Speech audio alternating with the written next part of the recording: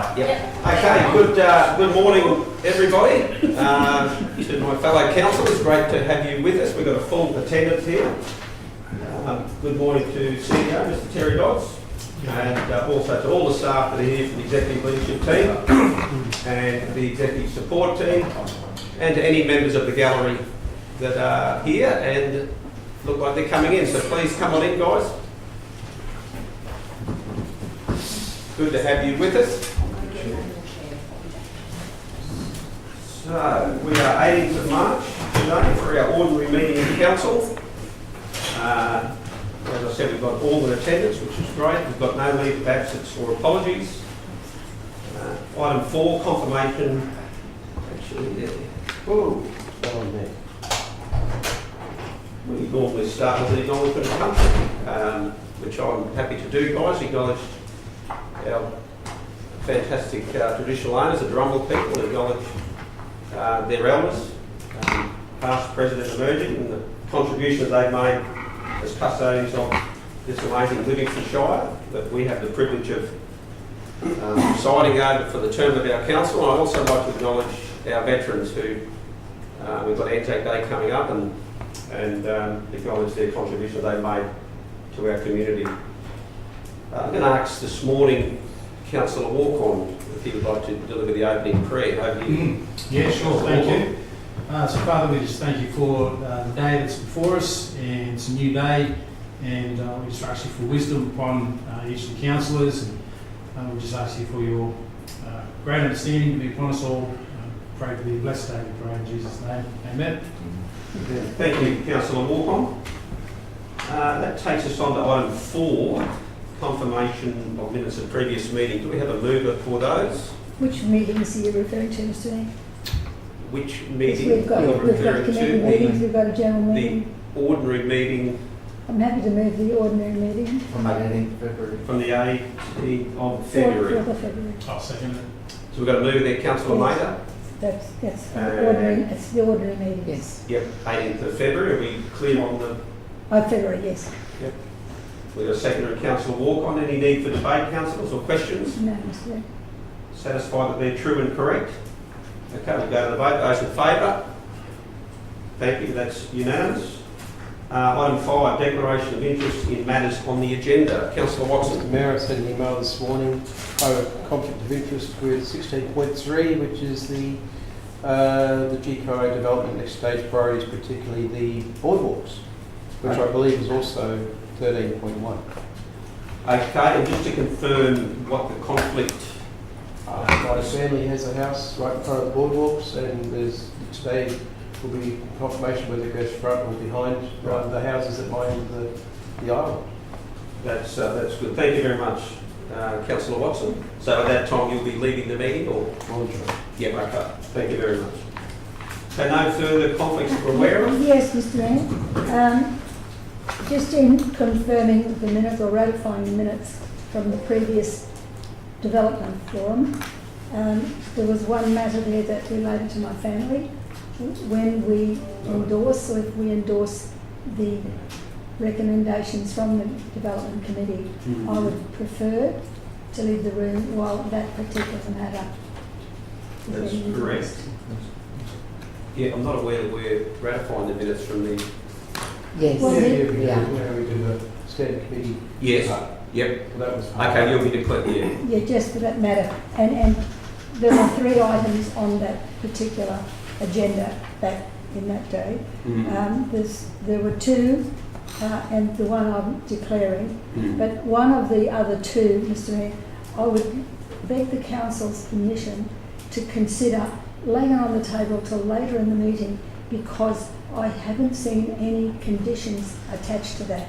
And there's been quite a lot of public input out there saying our considerations were never addressed. Which one's that? That's the one Woodbridge. Yeah, it's actually been, it's actually going to be delayed until the 1st of April. Okay, so it's not being endorsed today. It's not being endorsed today, it's been delayed. No. Thank you, Councillor Mayer, for Okay, well, raising we're that. on the same track, Mr. Mayor. Very much on the same Yeah, track. and I think And just for, I guess, transparency's sake, I'm happy with the other third one matter. It's just the matter that relates to my family that I would need to leave the room. I feel I need to leave the room. so you're going to be leaving the room when we're... Endorse the development recommendations Okay. from the committee. Well, even though we're not debating that, it's... No, we're not debating them. Okay, No. you'd be happy to leave or I prefer to... prefer to leave, yes. No problem. So there's no scruples out there. Very good. And Councillor Eastwood, just as soon as we've brought that up, we might just make clear to the gallery, because some of the members here may be involved in that particular matter, in terms of those developments, that the conditions are not yet being prepared. So would you like to share at this point in time? Yeah, I don't know if anyone's here about Woodbury Road. Yes, we have one person. I've got a couple there. Yeah, the conditions haven't been drawn up, so that's going to be laid on the table until the 1st of April, which will be our next standing committee meeting. So, sorry that you came for nothing. Not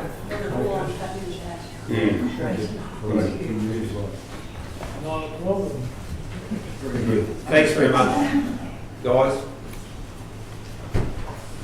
Okay, thanks, Councillor Eastwood, for clarifying that. So declaration, we've covered off on that. Yes, when we get to that point, I'll just slip out. Yep, certainly. We don't have any deputations this morning, as far as I'm aware. No. Item 7.1, business outstanding table for ordinary council meeting. Do we have a mover for that? I'll move Mover it, Mr. Mayor. Councillor Rothery, seconded Councillor Friend. Any questions, Councillor? Yes, Mr. Mayor. Number 10, the greenways for Kalonga. Yep. The people are still asking when it's going to happen. And I notice in early April. We don't have a date yet, I suspect. I'd be asking the CEO. Through you, Mr. Mayor, I'll ask the General Manager to respond about the waste at Kalonga. Thank you for the question. I don't believe we have an exact date at this time. It's just a matter that's being, will be worked through with our waste officers and our corporate communication team. Has been the expectation set that it will be in early April, so within 3 weeks. Provide a date. The only thing I can tell the people is that we're trying to get them all together on the same day, and it's very difficult to get in budget commitments. We'll let them know once we find out. Thanks, Michael. Mr. Mayor, I've got a couple of questions through you. Oh, you're still going, Yeah, Councillor I've Nathan? got- Sorry. I've got another My one. apologies. You're No, right. it's okay. Back to you, Okay. Councillor May. The Capricorn Access and Equity Group, we've written a letter to the Prime Minister, no, the Premier. No. We had a letter to go to the local government association, was it? No, the conference. Conference, Yes, Yeah. yes. Too many places to go. So that's all in train. Through Mr. Mayor, yes. Yeah, that's good, because that's one that's going to change a lot of things for a lot of people throughout the state. So that's worthwhile. I'll come back later, Mr. Mayor. Come back to you, Councillor Councillor Friend. Thank you, Mr. Mayor. Through you, I'll just segue off Councillor Mather's last question in relation to the Capricornia Access and Equity Group. Later in today's agenda, we're looking at a notice of motion to take to the National Assembly of the Australian Local Government Association, which actually supports the Capricornia Access and Equity Group, but more importantly, it supports Council's own Accessibility Capricornia Group. And so I'm just wondering why this is still in the business outstanding. Shouldn't it be taken out? Who would like to respond to that question? CEO might have some answers. Through Mr. Mayor, I'd suggest to leave it in until after the conference so that it reminds staff to write a report of the result of the motion going up to the conference, just as a note, if you like. If it's taken out and it goes to the conference, I'm sure that staff would still write a report, but as people are reading this each month, it is a handy redirect, if you like, to remind people to do things. Thank you. And my second last question here is number 2, growing the Northern Corridor project. So we requested quotes for structure planning for the Northern Corridor, and it says it was closing at the end of January. Where are we up to with that? Thank you, General Manager. That one has been awarded to ACON. They are about to kick off. We're just aligning staff to that project at the moment to figure out how to get it done. But yeah, ACON going to agreement. So, well, if this appears in next month's ordinary meeting, will there be that added information on there? Correct. Yeah, thank you. Thank you so much. Councillor Watson. Mr Mayor, I was just wondering about number 1, the station precinct with St Vincent de Paul and their funding. I'm just wondering if there have been any updates on that as yet. Good question. Yeah, Who would be able to provide an update on that? Mr Mayor, we might take that on notice Yeah. That's fine. and in the interim, during the time of this meeting, get staff to check, but as of about 2 weeks ago, there was no update. But something might have happened in the last couple of weeks that we don't know of, or I haven't been able to. Just be nice to see some movement on that, that's all. Thank you. Okay, so we'll get something through later on.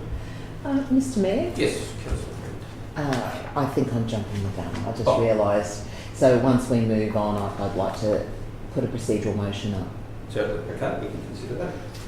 Um, Councillor Walcott. Mr Mayor, just want to know whether there's any update on the Beulah Rural Fire Brigade site since the letter being sent to the member of Keppel on the 12th of March. Yeah, right, it's, A number at all. Was Was there any update on that? Yeah, through the chair, Yeah. there has been no update from the state. The last conversation with the state was that they were going to be discussing Beulah with the minister. My understanding is, I'm not sure whether that's occurred or not, so yeah, this is still sitting with the state at the moment. Mayor, have you heard anything from Nigel? No, nothing formally come back through my office at all. I am aware that there's a meeting there this coming week out at, that's being hosted by Queensland Fire Service No, yes, it's, and Nick Murphy will be there. with the Bondula Brigade. The Bondula Brigade to talk about the future. It is concerning. It's absolutely a concern for us because we are getting no traction with the state whatsoever after many conversations and emails. I suspect we might need to follow up with Nigel through his office. Certainly be keen to hear the outcome of this week's meeting between Brigade and QVIS there. So we'll no doubt be in touch with them following that meeting just to see what's come through from that. So we'll keep tracking that closely. I'll also send a follow-up, Yep, an ops follow-up to our contact and sure. see whether we can get any traction on that Yeah. as well. Very good. Councillor Maynard. One last one, Mr Chairman. Number 6, questions I noticed. Seal Connections Marine Parade. This one goes to Michael. We've sent a letter to property owners on 20 February asking if they'd like to connect and contribute. They were supposed to come back. Have we heard anything? Thanks, Councillor Mather. So responses were due back to engineering services on the 10th of March. We received one response back from the resident with some follow-up questions, and we haven't heard anything from any of the other residents.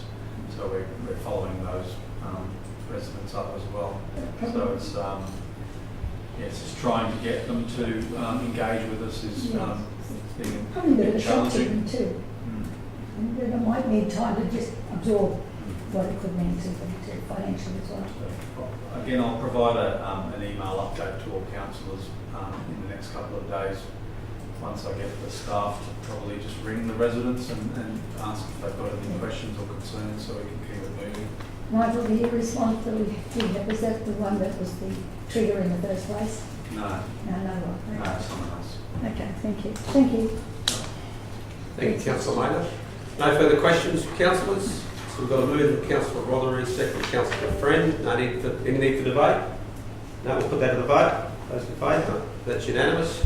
Thank you, councillors. Mr Mayor, if I may. Just 2 seconds, Councillor Friend. Yes, you may. I'll just formally moving on to now notices of motions. We've got 3 there. Mr Mayor, if I may. And Councillor Friend.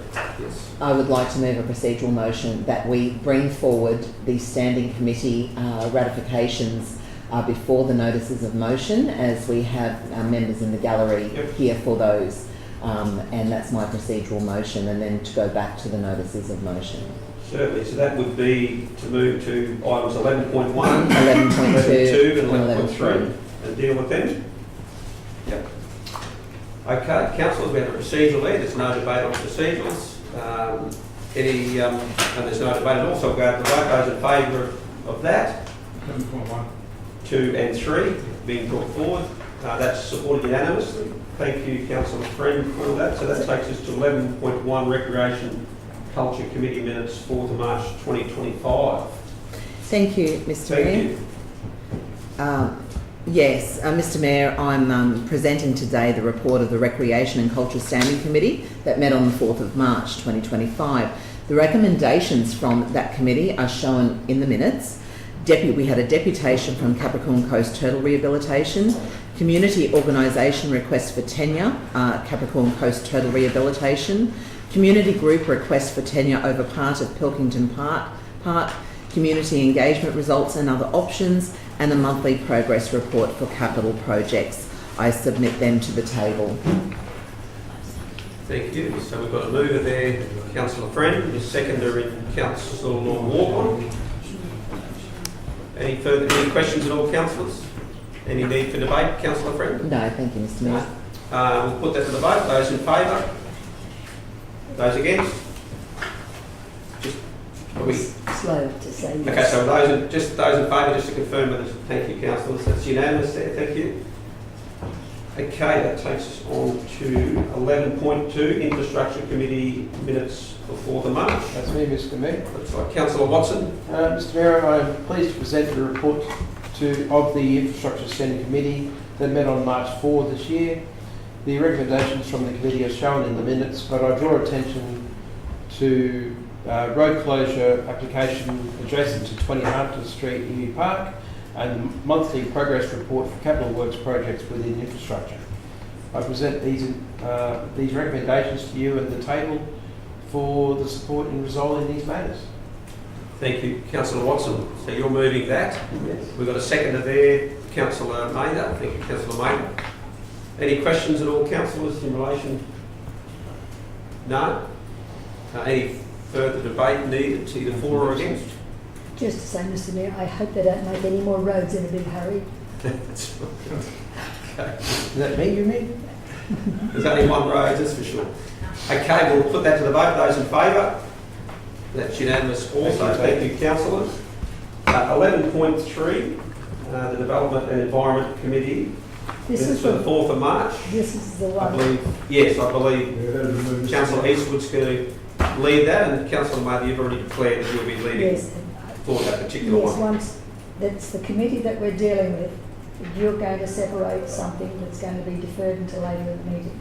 I'm going to separate, well, Shall we deal with that before I declare? Well, We'll Because I can let say- Councillor Eastwood lead off. how about I read through it, because we haven't voted on it yet. Mr Mayor, I'm pleased to present the report of the Development and Environment Standing Committee that met on the 4th of March 2025. The recommendations from that committee are shown in the minutes.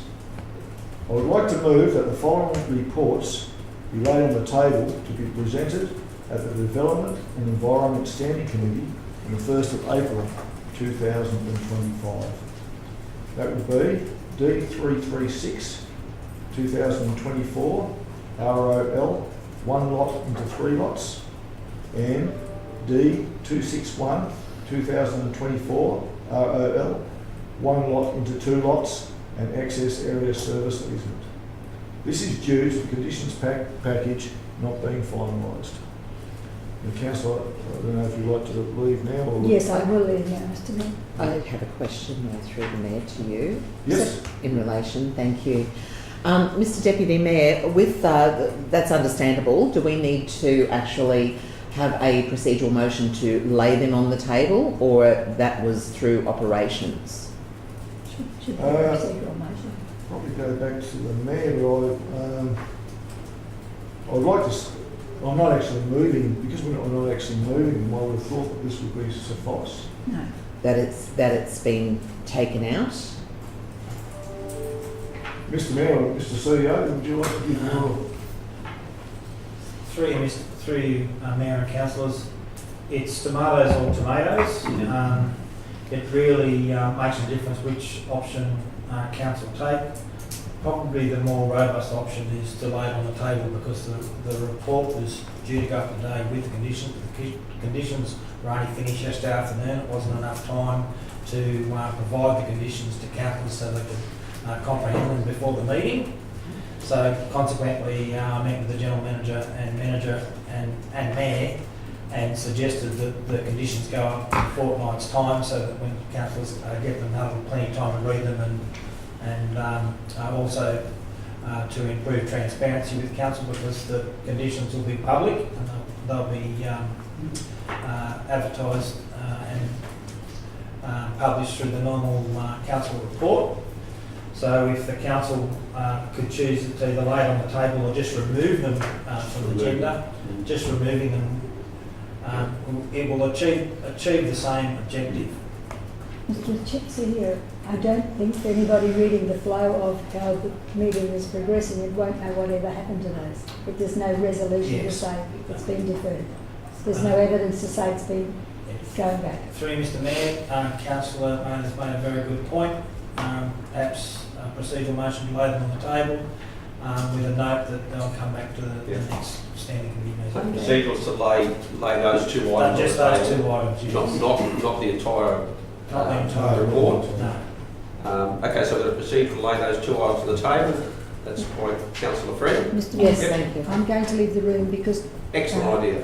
261224 relates to my family's Yeah. application. Certainly. Okay? Thank you, Councillor Mather. Don't forget to We come will again. come and get you when we're done. So we have a procedure there to lay those two items on the table, pending those conditions being included in the following meeting. And those in favour? Thank you, Councillor. That's unanimous. And then that takes us back to the balance of that report. Thank you, Councillor Eastwood. Thanks, Mr Mayor. I'd like to then present the following recommendations, unchanged to you, and seek your support in resolving these matters.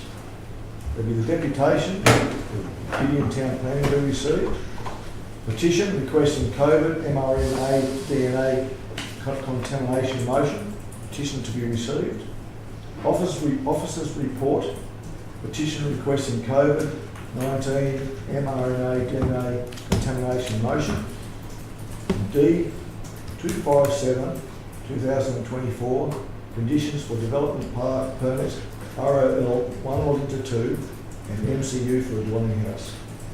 Under section 257 of the Local Government Act 2009, Council resolved to approve D 319 2024 request to issue a revised infrastructure charges notice for 50%.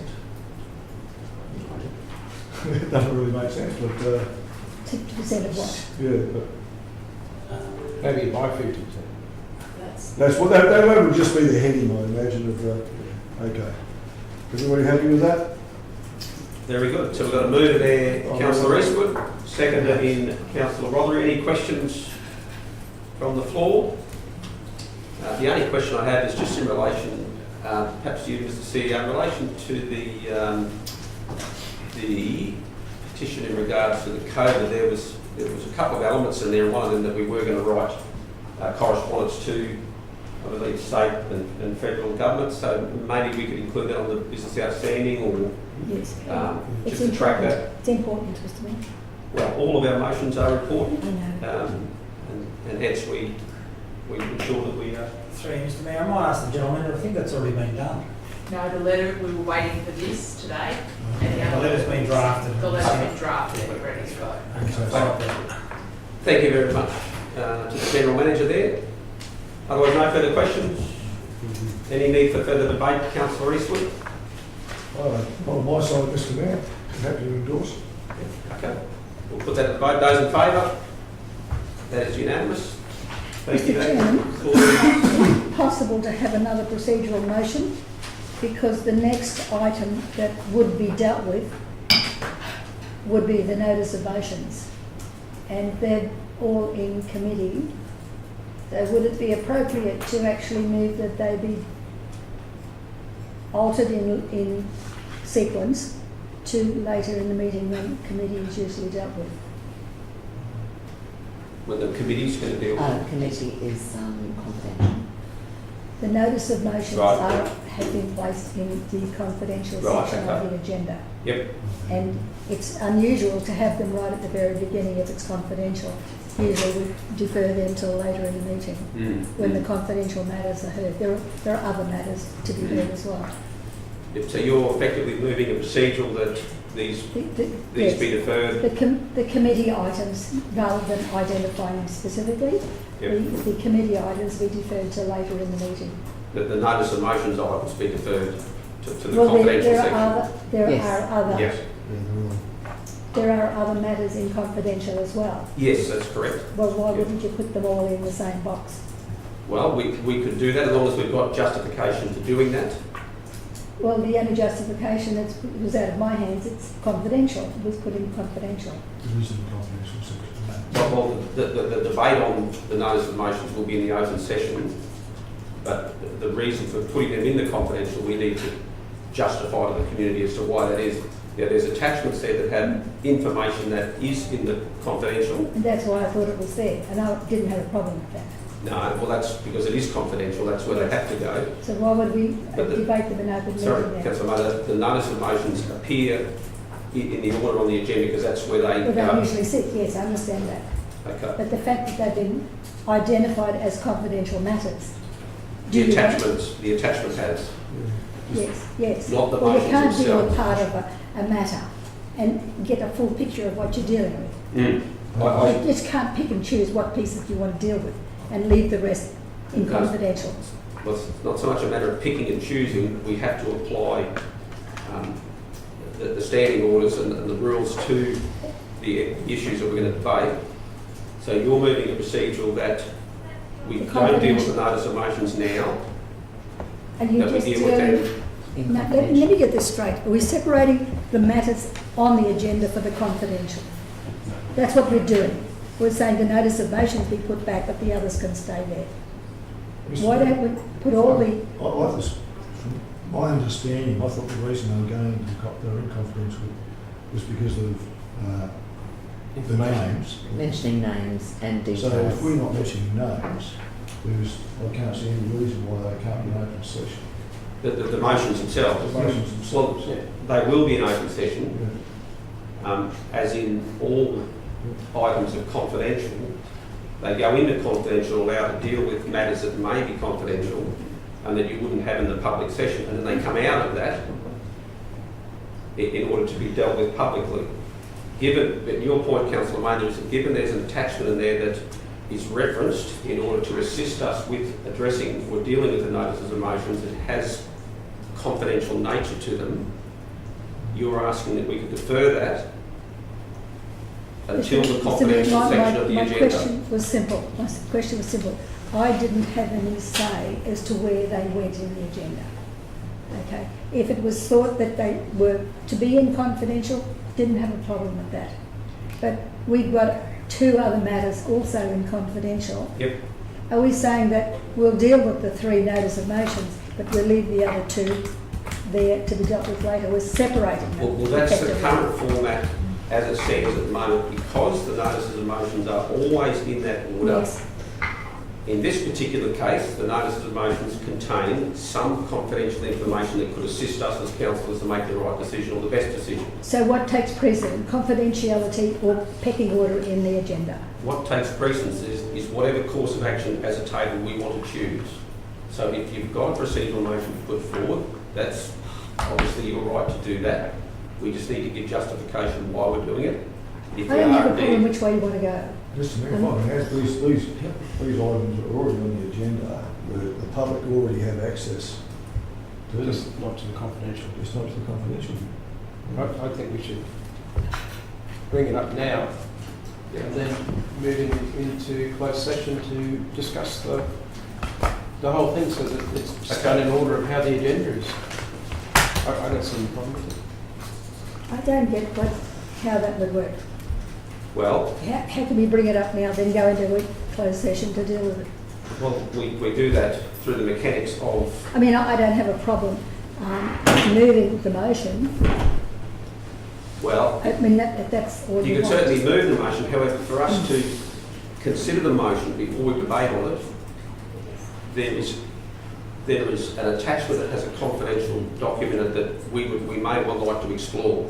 In order to do that, we will need to go into confidential. You need to go into confidential because there will be questions to be asked. Okay. Could we then, and Councillor Friend, I believe you were earlier flagged that you may move a procedural to go into confidential. No? Okay. I'm happy to move a procedural motion that we go into confidential to deal with the attachment that is attached, that's been provided by the CEO, which has confidential elements to it that would not be good for us to deal with in public. We consider them in confidential, the attachments, and what relevance it may have to the notices of motions, and then we come back out to deal with the notice of motions. Is that clear? Sounds fine. Well, That's I- clear to me. That does seem clear. I was just wondering, though, just for continuity of the meeting, Yep. if we could defer it, go on to the reports, and then do all the confidential, do the notice of motion at the end, then we can go into confidential. But just probably Clear? going to be clean. So procedural That's what I motion was trying to to, do in the first place, Mr. Mayor. Okay, so I've got a procedure from Councillor Eastwood to defer the notices of motions until Go to the meeting. at the end of the meeting, basically, and deal with it in that manner. Okay, those in favour of that? There we go. That's all I wanted to do in the first place, Mr. Mayor. That's great. We got there in the end, Councillor Mayer. Just needing someone to vocalise it. Very good. We will move on to the reports, which are 13.1, I believe, providing the staff are up for that. Mr Mayor, is it possible to do 13.2 first? Because I've got Arvind and Jacob coming in. We can definitely So do I'm that. not sure of the timing, but they're on their way. Yep. We have to do 13.2. So we've had a request there from Mr. Creedman, the General Manager for Infrastructure, to move on to 13.2, which is the Great Keppel Island Revetment Wall at Hideaway Resort maintenance request. And actually, Mr. Creedman, I can say, if you allow me, in speaking to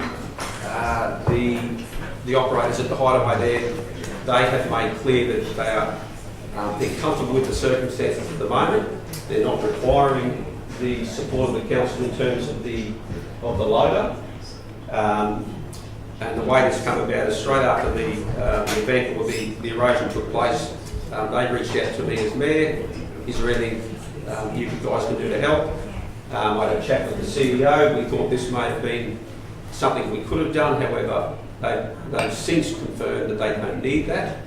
What they are requiring, though, from support from our council is the approvals of the continuation of sand being taken from Fisherman's Beach to allow them to continue to replenish those bags is really the biggest factor for them at this point in time, because that approval actually ran out a little while ago, unbeknownst to anybody, nobody's fault, and so their biggest concern is at some point they'll get tapped on the shoulder and they won't be allowed to continue that practical action of replacing sand, which they were previously approved to do. Question, Mr. Mayor.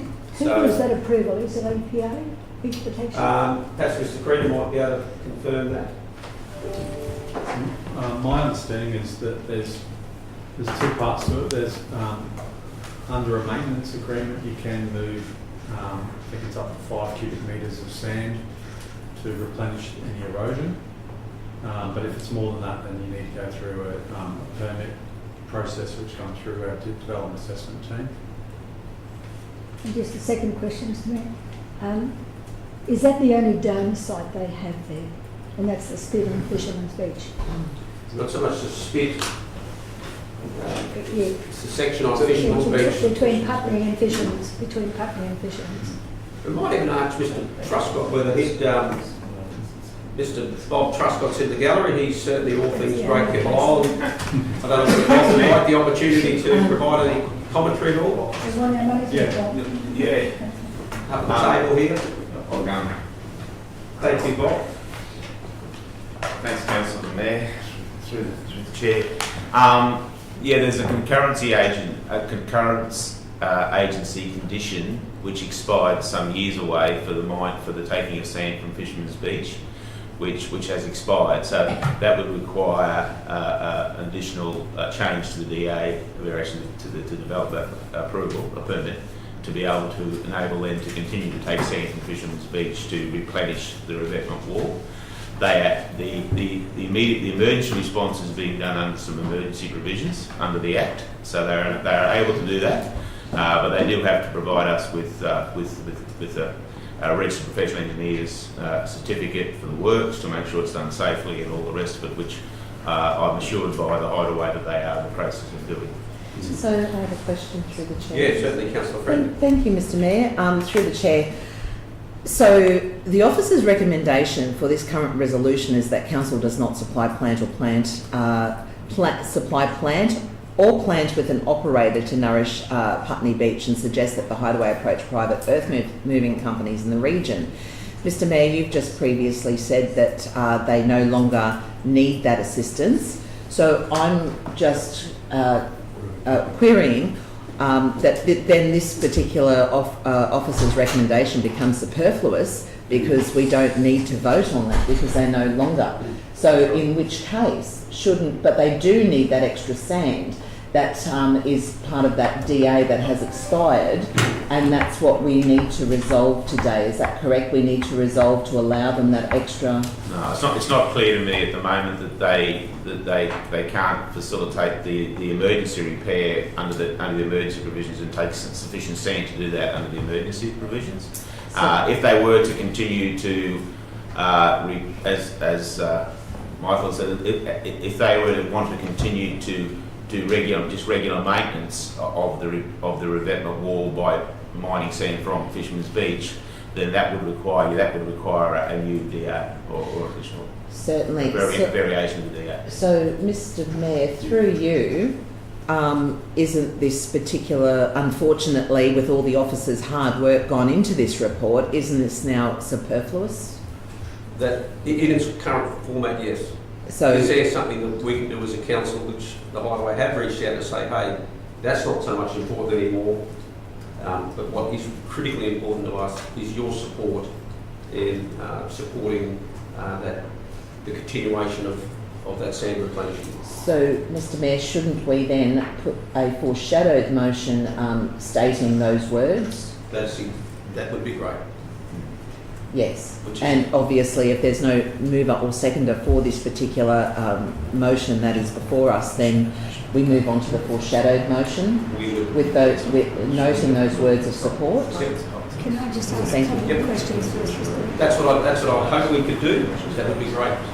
Councillor Mate, you got a question? A couple of questions to me. They bought a loader from us, front-end loader from us. What happened to that? It was given to them. They bought with an auction. No, They bought with an auction. We put that for sale. Yeah, It was auctioned off. What happened to that? it's still there. So they were asking us for the use of the loader. No. When the cyclone, impacts of the cyclone came through, they were in a stressful situation. Myself and Terry spoke about what could we do. We knew that the sand was the biggest issue to them. In the past, we provided a loader many years ago. This report went in.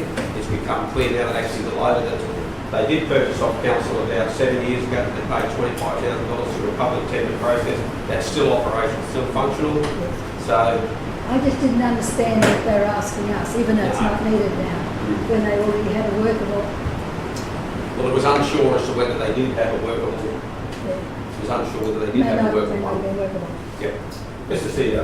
Through Mr. Mayor, I'd suggest that the foreshadowed motion is that council receive a further report on the legal validity of the sand mining, for want of a better word, or the sand replenishment requirement, such that we can actually make sure that legally we're within the Act. Because at the moment,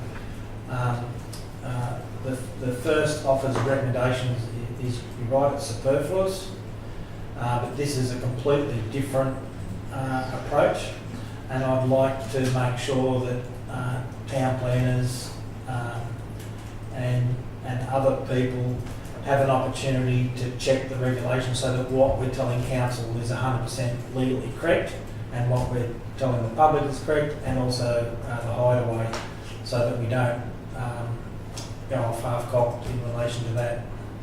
And that what we do is, through our advocacy, is actually well aimed. Yep. Yeah, the condition is a concurrence agency condition, it's not a council condition. And I know there has been some initial conversations between the Hideaway and the department on what will be required to extend that approval. So, but I don't think it's advanced much beyond that if effectively a pre-lodgement, if you like, of a variation. Just a question, Mr. Can I Question. Councillor Watson. Through the chair, Bob, is there any plans from the Hideaway to have a permanent situation where they don't have to keep replenishing with sand? Is there any plans being made to stop, so that it's a permanent situation? Funny you So should, it's sorted out. through the mayor, funny you should ask, councillor. Yeah, there's a great deal of work going on at the moment, because I think all major stakeholders acknowledge that the current situation with the bags is not a permanent solution. So there's a great deal of work going on between a number of parties at the moment, including the Hideaway, who've done some work, Marine Safety Queensland, who have done some work, following on from the master plan. There's a whole range of people who are doing some work, which will hopefully all come together shortly to explore what are the options and hopefully coming up with the best solution to that permanent solution to the wall. Are you part of that conversation?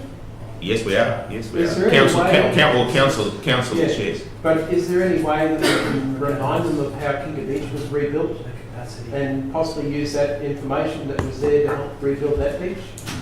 Very much so. Back in the 80s? That information is available. Yes, very much so. Yeah, I'm aware The that. CQU has it all. Yeah, I'm aware there's a very good body of work done on that, which actually worked. So, Yes, is that what I'm getting at? And perhaps also, Bob, just the work that MSQ was contracted to do. that we haven't seen that yet. No, but what is that body of work? Yeah, through the chair. That work was to test three possible options for a new marine access solution to the island. A mini harbour to the south, a jetty, or a mini harbour to the north effectively, but or combinations thereof. And one of those, obviously, that mini harbour in the north, it's been raised that the revetment wall or sea wall, or however you want to describe it, on Putney Beach in the Spit may well be an early stage of that solution, for instance. And so I know that's now being considered as one option. So, not as an option, but just considered in the engineering aspects of it, I suppose. It's not an option yet. Or describe it that much. Well, help inform perhaps future solutions. Correct. That are applied to Putney Beach. Very much so.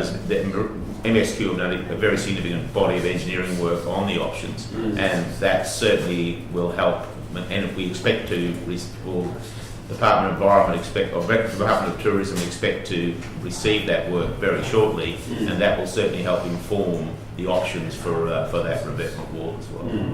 Yeah. Yeah. Yes, Councillor Walker. The part of that's been washed away in erosion from the side, who owns that piece of land? Most of that's on the hideaway list. That's on the highway. Most of it is, yeah. I mean, I'm not saying, as you get further out of this bit, I'd have to have a map to be clear, but majority of it is back on the hideaway list. Yeah. Yeah, sure. So, councillors, any further questions on that? Acknowledge that the original intent of this motion is superfluous. However, the opportunity to advocate, well, I guess as a council we never should lose or miss the opportunity to advocate for better solutions on Brokehead Island. and a longer-term solution on Great Pet Long, as Councillor Watson has alluded to. I think it's important to point out that the Hideaway themselves don't believe that this current format is the long-term solution. I don't believe actually of anybody who believes it is the long-term solution. So whenever we can, I guess, add our advocacy to highlighting that a longer-term solution needs to be found, the question will always be who's going to pay for it. That's the biggest. The solutions can be found. There's no shortage of competent engineers that can find the solution. It's going to be what is that solution and ultimately who pays for it. Mr Mayor, Yes, Councillor is that Wayne. intended to reflect that we endorse the replenishment from that Fisherman's Beach? I just thought there might be something missing from, To weave into it, yeah, that we endorse the continuing. yes, the ongoing donation from Well, Fisherman's let's have a Beach. read of it just to see. From the site. Before we vote on it, let's make sure that we're clear on what it is. If there's any amendment to it, well, by all means consider them. Yes, Councillor Friend. Yes, Mr Mayor. So first and foremost, we need to look at the first officer's recommendation because this is a foreshadowed motion. Mm-hmm. Secondly, I'm happy to move that foreshadowed motion because the Mr CEO said that a report needs to come back so that we can find out the legalities of moving forward with that. Mm-hmm. I believe that the actual wording does reflect regarding advocacy required and processes to assist on behalf of the island businesses. So I believe that where this report's coming back is in favour, but we need to understand the legislation and the reasoning behind it. So I think the wording is fine. We're getting support through CEO and officers there. My only suggestion is instead of labelling Fisherman's Beach, just say it by using extracted sand, full stop, From the identity, from a beach, because there's Putney Beach and there's Fisherman's Beach, and depending on what, when we go through the processes to assist, the government agency might say Putney Beach, they might say Fisherman's Beach, and I don't know what they're going to say. We're not going to say Putney, Mr CEO, there's no beach. There's no beach, so that I don't know sand, using extracted sand from a beach. From the designated site, can we say that? Isn't their permit state Fisherman's Beach currently? The state Fisherman's and Putney Beach in various places. Oh, okay. Yeah, so that's the reason, probably just to be a bit generic. Do you just keep it blank, Mr Chairman, from the designated sites? Not, it's already been approved, where they take it from is... Councillors, I'm comfortable that it captures enough of the intent that we're trying to achieve here today, and that is to show support for the continuation. A report needs to be prepared though in order for that to happen, so without sort of wordsmithing it too much more. Mr Chairman, Through you, Mayor and Council, the only reason that the report is really required is so it gives staff time to aim towards the right things, so that when we're talking with the state and with the businesses over there, we're all singing off the correct legal hymn sheet. So otherwise we might make a technical error and then we'll end up in the Land Environment Court or being attacked publicly. So yes. I think it's a good idea to put this shadow motion up now that the load issues Resolved. resolved. Very good. Mr Chairman, I'd have to say I observed that the engineering department showed their soft spot by, I guess, looking at the reality of it all and looking at how we could help. Say no, we don't want to do it, but looking for soft areas that we could assist. So I could see your soft spot showing through, Michael. Excellent. Always happy to help within the law. Absolutely. Okay. So we've got a foreshadowed motion But there. we've got to deal with the first motion. Is there a mover for the officer's recommendation there? No, that's lapsed. I want a mover or a seconder. We'll move on to the foreshadowed motion. We've got a mover in Councillor Friend and a seconder in Councillor Watson. Councillor Friend, did you want to speak to that at all? Mr Mayor, just briefly, we need to be able to assist the Hideaway and every other resident and person on the Great Keppel Island. It's really, really important because we partner with Capricorn Enterprise, and they actually do an amazing job of promoting Great Keppel Island and the Capricorn Coast. And we need to make sure that these areas that visitors do visit are up to scratch. And I'm reminded after Cyclone Alfred of what is happening on the Gold Coast beaches and how the Gold Coast City Council are replenishing the sand as per obviously their legal agreement. But this particular notice of motion really does assist council as a whole to bring back what we can and cannot do. But to me, it is in support of the current Hideaway as well. And I'm sure that we'll move forward with the help of the officers. And I'd like to thank the officers for this previous report. And unfortunately, we have changed it completely this morning, but I'm all in favour of this. Thank you. Very good. Any speakers against? No, not against, Mr Chairman, just a quick question. Question, There was Councillor Mather. mention in our discussion earlier that about an extension to a development application. Did I hear that right? Not so much. Or was the there a requirement for a new one? I wouldn't have thought so. No, not so much the extension, just... Like an amendment, was it? No. Purely the officers needed more time to prepare the conditions so that they could submit them to the next ordinary meeting or the next suitable meeting with enough time to get it onto the agenda so that the public could be right across those conditions. Yeah. So I it was thought really just the more permit time. relied on an amendment or an extension or something. That's okay. Yep. Okay, further speakers for or against? Councillor Watson? Just as we said before, I hope that they do find a permanent fix for this at one day, and because I do remember surfing the beach 30 years ago and having a great time, and there's no spit anymore, and I really miss that. So I do hope they fix it and save the Hideaway, because we remember as kids we never used to be able to see the water from the resort. Now it's right there, and I hope it's sorted out soon. For the sake of the whole island, for that matter. Yep. Any speakers against? Any further speakers for? Okay, we'll put that to the vote. Those in favour? That's unanimous. Thank you, councillors. Thank you, Mr. CEO and staff, for assisting there, and to Bob and Michael. Okay, how are we sitting for 13.1?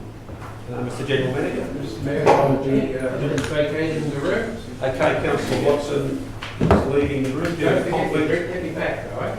We wouldn't forget you. If we could make note of that, that'd be great. 13.1, Great Keppel Island All Walls. Filling in for our bid.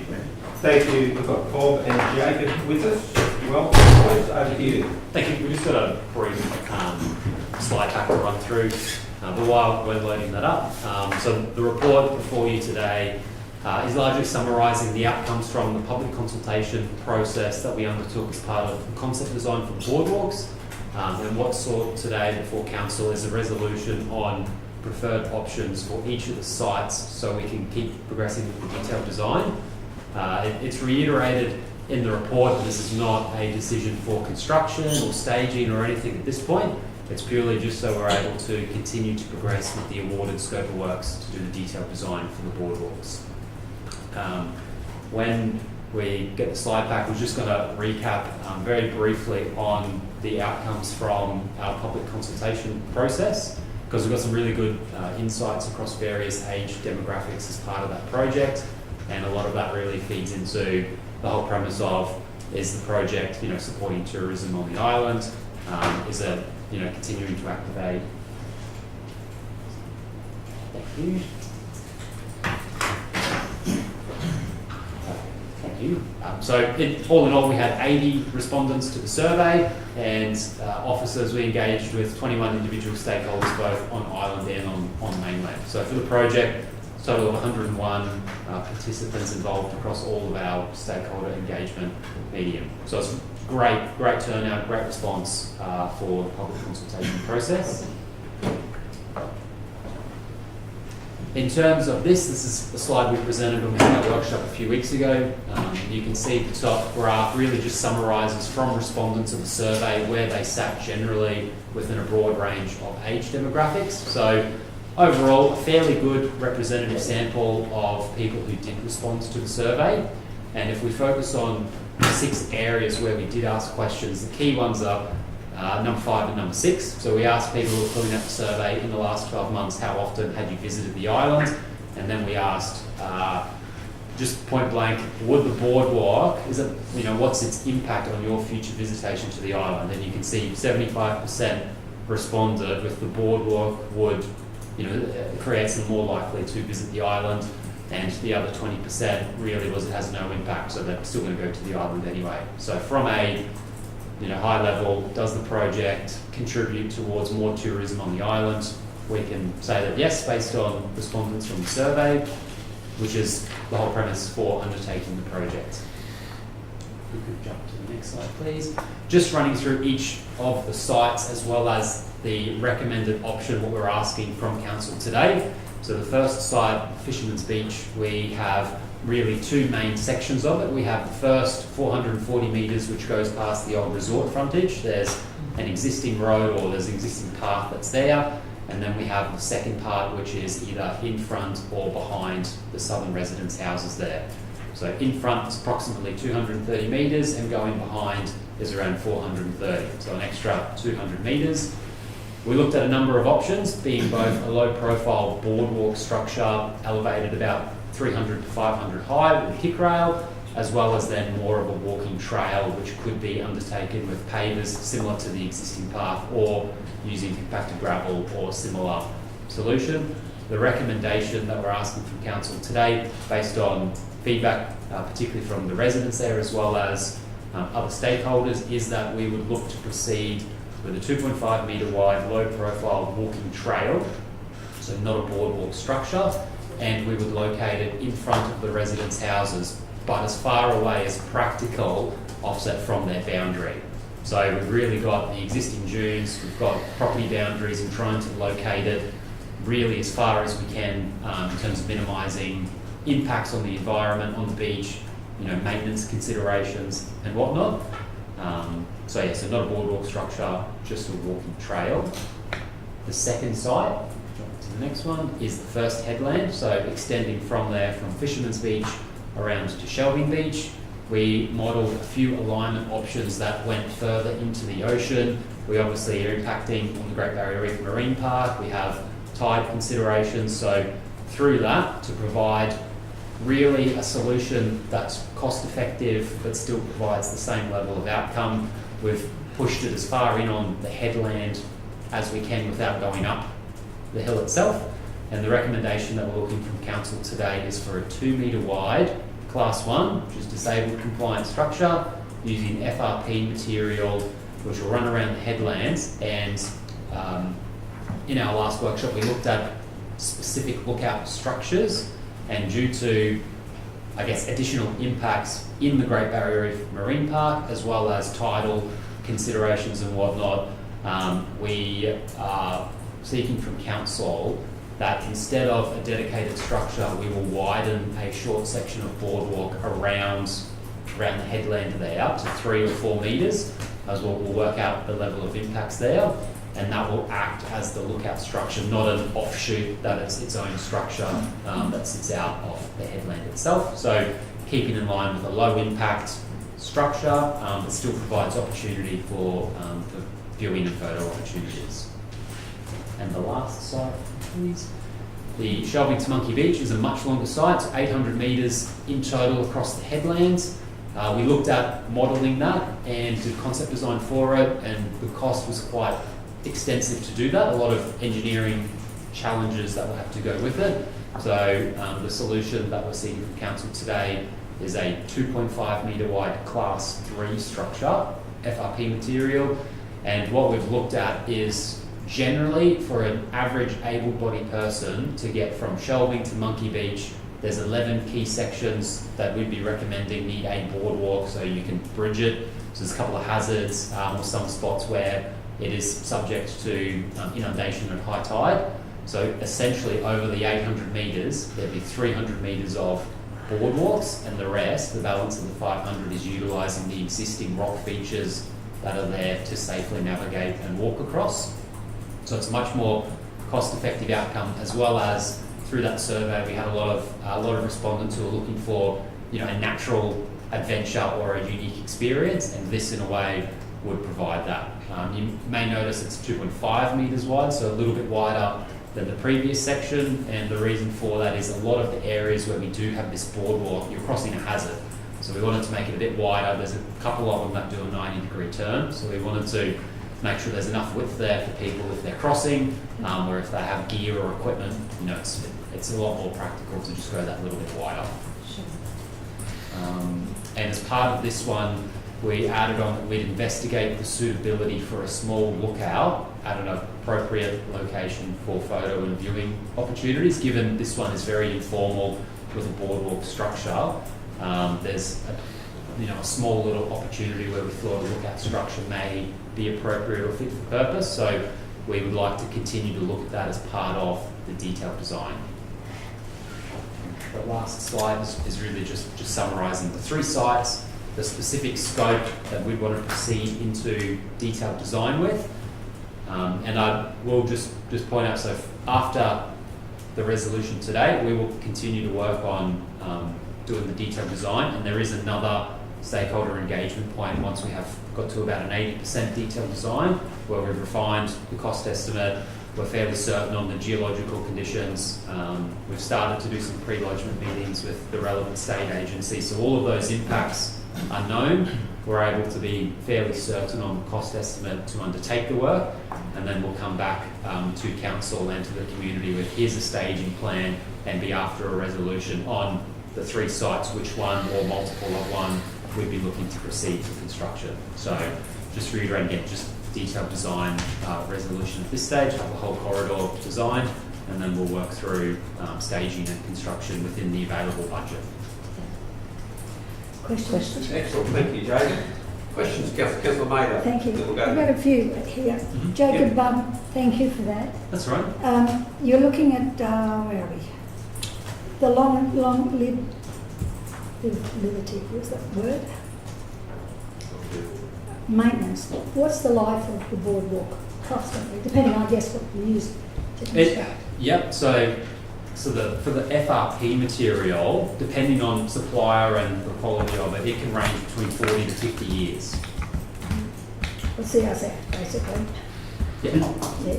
Yes, and that includes accounting for some of, particularly on the headland sites, some of the structural footings will be, in high tides, they will go under and be exposed to that. And that would be subject to an earlier maintenance cost, I would think.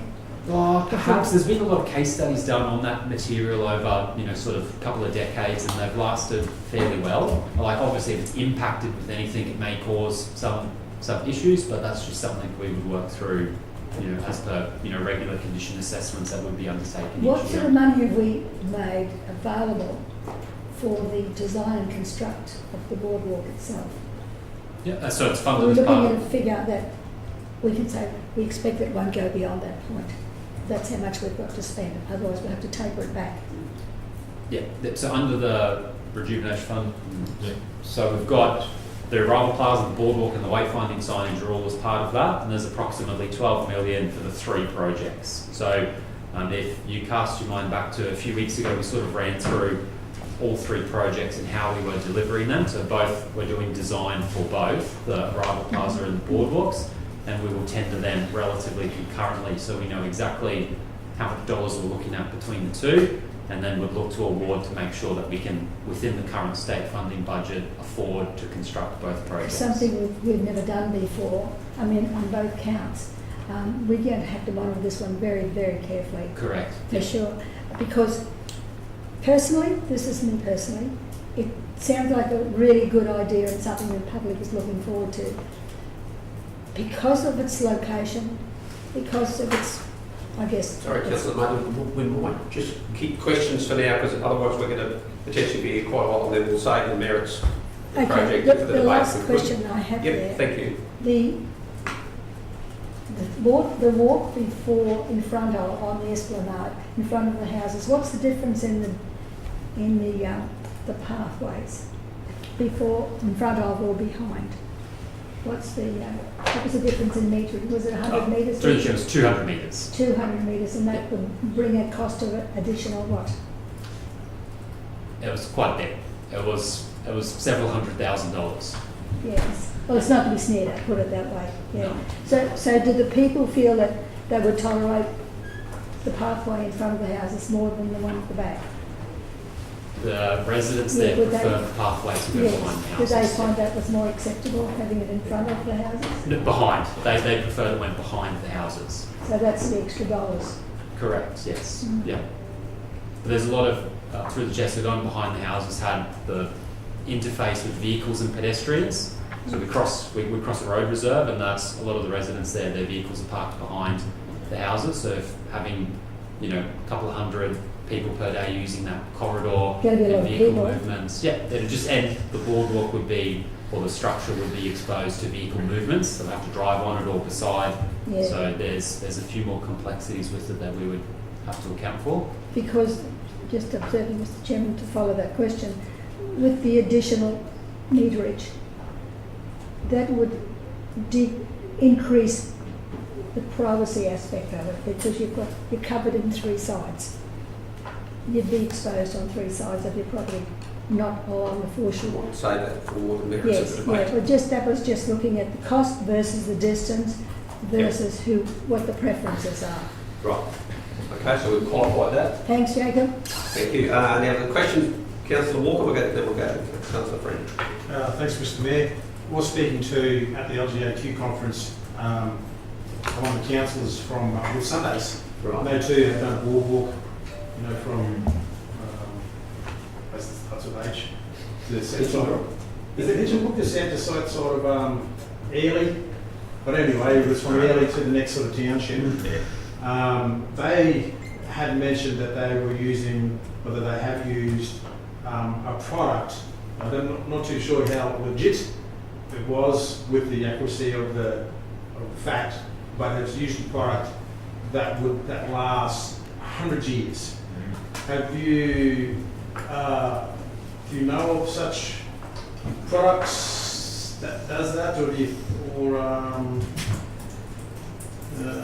I guess through the chair we can probably trying to see where we can get the best value of money out of that. Do we? We can, through the chair, we can, I guess, reach out to the Sunday Council and ask them specifically. I can answer these questions. So this, the material what they are using, composite fiber formula, that has a life of about 70 to 80 years. So it can go up to, it's much like this. Most of the timber is about like 30 to 40 years. And this has almost double of life of this product. So, and the less maintenance cost as well. And that's what we are trying to propose into this system. Right.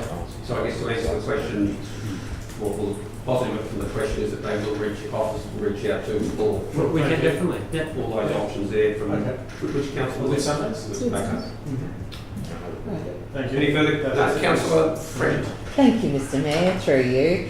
Thank you, Mr. Weir and Mr. Truscott. Awesome job. I've really thoroughly enjoyed watching your presentations, and they've been clear and concise. So just a couple of things. I just want to clarify again that today we're only ratifying a design-only agreement. That is all. Now, that will then come back to the table after 80% of that design has been undertaken. Is that correct? And because it will go back to consultation as well at that point. Because being at the consultation on the island, on the day of the consultation, as you said, a lot of the residents want the access behind the residences, not in front of the residences. Once again, it all comes down to money. And my next question will lead into what Councillor Mather said about the funds through the state government. So keeping in mind that as we move forward for this future development, we will have to stage this in the 3 stages, and the money in the kitty so far will only pay for perhaps stage 1 at this stage. Is that correct?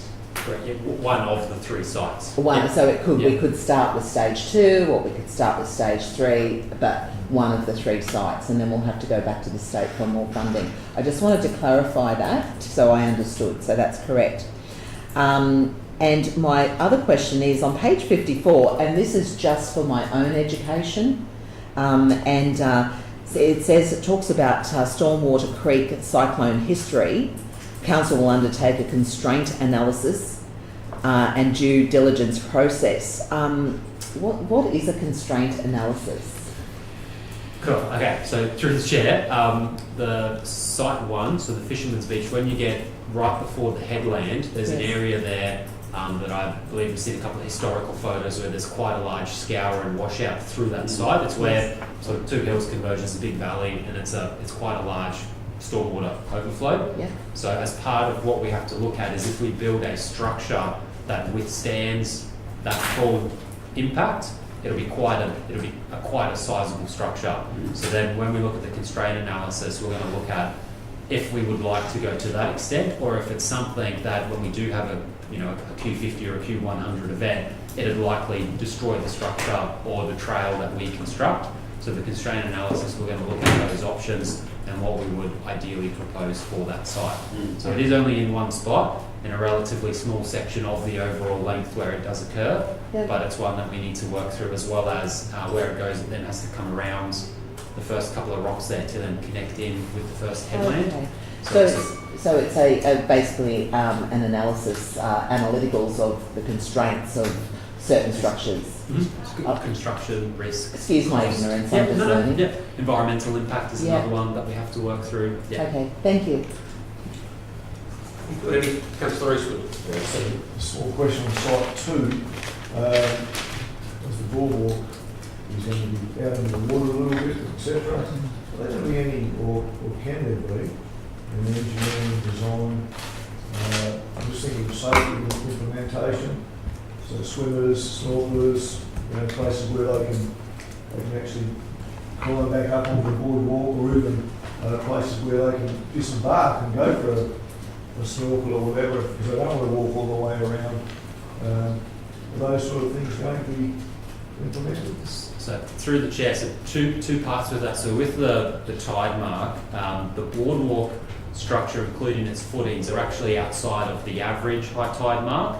Okay. But under there's a term, the highest astronomical tide, they will go under. So in large storm events, so similar to what we recently had with the cyclone, so the water level would have inundated the columns, not the deck. Yep. So it won't be underwater all the time. Even in a general high tide, most of the actual columns will be outside of the water. In terms of then disembarking, we did look at that at the early stages and decided from a liability perspective, we would suggest that we're not going to open up a section of the boardwalk with the handrails and the stairs going down or anything like that, no. So we kept it, you enter on the other end and then you depart on the other side of the boardwalk. Just because of the height, we're talking to be above the highest astronomical tide, it's about 3.25 metres from AHD, so roughly, so you're talking the boardwalk structure, depending on the tide, like at low tide, will be 3.25 metres above the ground, so that's where the handrail comes in, and it's not as safe to have people entering the water. Thank you. Question, I was just probably curious of teenagers' behaviour. How do you assess the likelihood of kids climbing, like they do at Ross Creek, climbing off handrail and jumping off into the water? How do we address that? So, Chair, I think the easiest, or the way that we've been able to do that is that the structure, it's not going to be, the water's not going to be right there for you to jump off. If you cast your mind back, we had the drone footage of, there's quite a fair distance before you actually get to the water in most of the sections of the boardwalk. So they may climb over to then walk over rocks, but it wouldn't be jumping directly into the water. Unless it's cyclone, sort of one of those storm surges where the water would be close. but the rocks are right there. So it's probably one, as part of our wayfinding signage, we can add, no jumping, climbing, the usual regulatory comments on some signs before we, before people start on that journey to cross over the headland. Any further questions, councillors? No, you could always electrify the rails. Do that too. We might need to. Okay. Right, well, thanks very much for that presentation. Do we have we've got a resolution there which is all about going out for design, costings, to get these elements designed. Yep, and start the approvals process. Yes. Yeah. Is there anywhere in the report where it identifies what this process costs, is likely to cost? We have, is that captured? And yeah, so we have awarded the detailed design contract for to Newscape's design. Right. So that was a few months ago when we awarded that and presented that report to council. So the costs are already captured in that process. So it's not. This is not an additional cost. It's just part of delivering the scope of work. Okay. And maybe that needs to be clarified if we can, so people can keep track, because they like to know what we're spending, even though it's not our money. Its current cost for the design is, it's committed is about $244,000. Okay. It's already been factored in. Yeah. 244,000. Yeah, that's right. Okay. So under our budget review, what we did the budget review last week. Yep. So 400,000 was the design and project management and all other costs, and 3.6 million we factored for a construction cost for the following year. Right. Okay. Thank you for that, Arvin. Okay, do we have a mover for this particular report? Sorry, I probably didn't capture it. Councillor Friend was that first? I need the gallery to go to the video ref there. But moved Councillor Friend, and seconded Councillor Eastwood. Okay. Notwithstanding, any councillor can certainly speak either for or against, so we'll move into debate. Councillor Friend, did you want to? Oh, this is just such a positive step forward for the rejuvenation of the Great Keppel Island, according to the master plan that had taken a couple of years to undertake.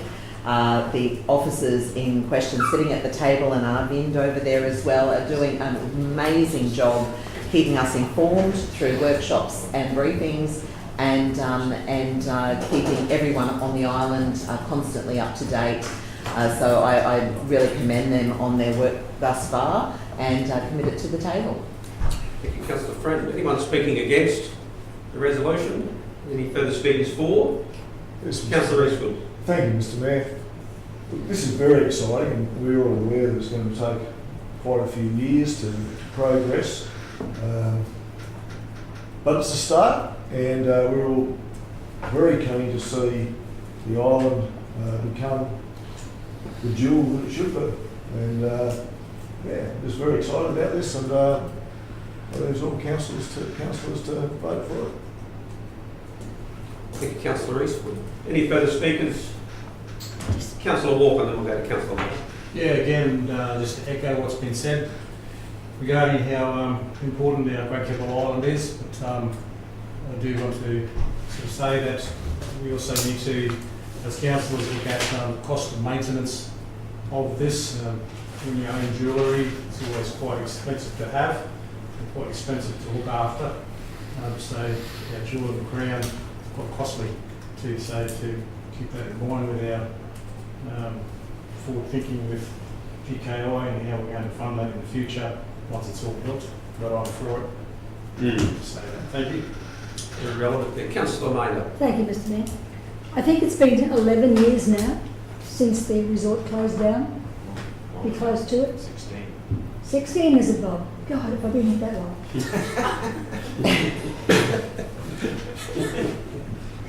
But I was here when it happened, and I know what it did to the public, and I know what it did to the island and our economy overall. We've had many hurdles to jump over, notwithstanding the money. Who was going to pay for what? We're going to put it underwater, over water. All of those issues were major, major problems. Having the right people to design, construct, have the vision that we could all pull it all together. But we've persevered, and we've been transparent in everything we've done, and that's the crucial part. Because when you're dealing with public money, and in this case it's all state money, we have to be accountable. And although it might only seem small amounts in some cases, there is a trail. And people will follow that trail, trust me. They're out there and they're very mindful of what the economy is like all over. So all I can say, Mr Mayor, I'm pleased to see this is moving along in some positive fashion. And I guess we'll see the rewards of that in time. But just to let the public know that we are trying our very best to be transparent in every operation that we undertake. And hopefully they'll gain the advantage of that when it's all over. And I'm still here. Very good. Thank you, Councillor Maynard. Any further speakers at all? No. Just to provide, I guess, some recognition that there are going to be some residents over there who will be bitterly opposed to the course or the alignment that we've looked like we're going to endorse today. Those private residents, they've made it clear they do not support this. I recognise that with progress comes, or any sort of change comes, at times things that we would prefer not to happen. We don't like to think that our peace of serenity is in any way changed or threatened, and unfortunately we're all, or none of us are immune to that. So the officers have provided us options with a alignment in front, which I did remind everybody, that is actually the esplanade. So like on the coast here, we have esplanades where people, for good reason, we want to channel people along those esplanades. That's a sensible, sustainable sort of interaction that we want people to, interact with along the coastline there. So that's the scenario over here. To go behind the houses probably would be suitable for some of those private residents. We get that, but I feel it would be compromising really for the balance of the community, and that luxury is not afforded on the mainland here, and nor should it be. But I recognise that they certainly won't be happy with this decision potentially here today. But that's the role that we play in trying to make the best decisions on behalf of the entire 42,000 people that we represent. And here is another example of that utility, I guess. So the big challenge will be how much we can deliver for the budget, and this process will help inform us of the accurate costs of what the next actual step looks like, and maybe how much we can build or how little we can build. But ultimately, until we get to there, we won't know. So that's all I've got to say. Councillor Friend, do you want to wrap up? Oh, only to say, Mr Mayor and fellow councillors and those watching on live stream, is that today's ratification is truly for the design agreement only at this point. And to clarify, as we've heard from the officers today, once the design is 80% complete, it will go back to public consultation, so the residents will be able to have further say, and then it will come back to the council table for ratification for that final say to move into construction. But as the Mayor has just pointed out, it will also give us further costings and be able to understand whether we could afford to then move forward with whether the access is in the rear or in the front. The officers have given us the slides today, giving us two of the alternatives. However, today's really just a design agreement. That's what we're ratifying and nothing else. So yes, I move this. Thank you. Thank you, Councillor Friend. Okay, we'll go straight to debate on that. Those in favour? That is unanimous. Thank you very much. Shall I get councillor? If we could get count, it's 10:24. 28, according to mine, Mr Mayor. I thought we were The close. clock on the wall is 10:24. Close to the smoke on my books. Did you want to proceed on motion to pause for morning tea for 10 minutes? Or do we wait till 10:30? Yep, procedural move by Councillor Walker. Those in favour? That is carried. We'll make it take a break for 10 minutes, Mr CEO.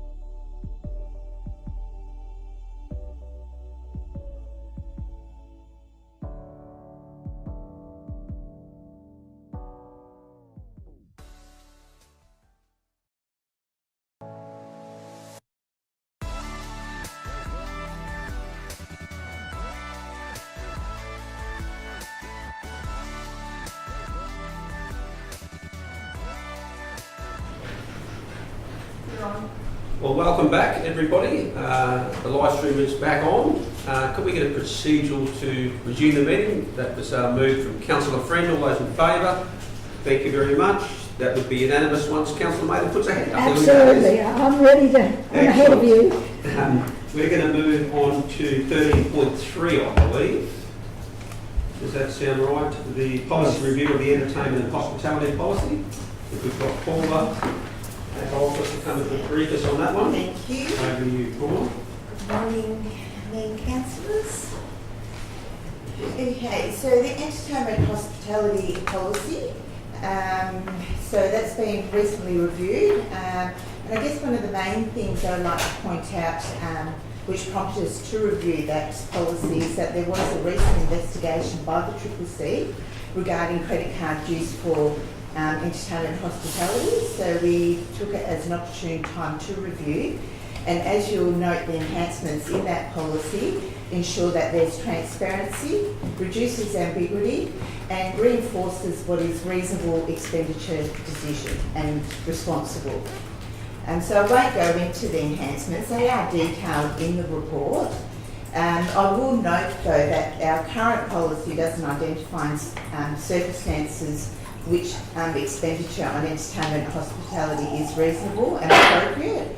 So this has been addressed and it has been specified in there with examples to assist councillors and officers, because this policy does apply to any councillors and employees, on reasonable and appropriate entertainment hospitality expenses. It also does provide examples which do not align with the policy, and that will help reduce any uncertainty and enhance our compliance as well.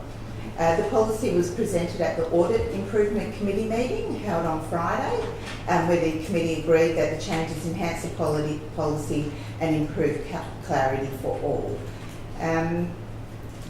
Also the other notable change is, again, for transparency, all entertainment and hospitality expenditure by councillors and executive staff will also be published in the annual report as well. So I guess in summary, the revised policy aims to provide clarity, ensure responsible use of public funds and improve transparency. Were there any questions in regard to the changes? Thank you, Paula. Through you, Mr Mayor. Over to you, Councillor Friend. Thank you. Yeah, I particularly saw that that was the new addendum for this particular policy in relation to credit card spend. And getting to my question, I also note for those watching and for transparency that councillors themselves do not have corporate cards or credit cards, and nor do they have discretionary funds as well. So only the Mayor has a corporate card and also the executive leadership team, is that correct? Are there any other staff with council cards, corporate cards? Yes. Through you, Mr Mayor, that's not quite correct. As a CEO, I don't have a corporate credit card. Oh, no. No, and I don't intend getting one either. Okay, but there are some staff that do. There are some staff. For example, staff that are involved in booking accommodation and transport, such as plane fares and things like that, to conferences. But my policy as a CEO that it's easier and far less risk not to go to the trouble of having a council credit card. Yes. And I thank you, and I also think it's a really good idea to have that published in the annual report, as I have gone back through other past annual reports where it has not been published. So it's very transparent of this council. Thank you. A question Any to further the questions, Councillor CEO. Thank you, Baby Lou. But in your case, because you don't have a credit card, if you needed to, just clarify, if you needed to make an expenditure, like an on-the-spot plane fare or something, all you need to do is to submit that to the council for reimbursement. Is that correct? Through Ms Mayor, that's correct. Yeah. But because all the conferences are very well known well in advance, I haven't had to do that ever. Yes. Yes. But if I did through a cash reimbursement claim form, there's a process that council's got for that as well. Yes, and in the past, Mr.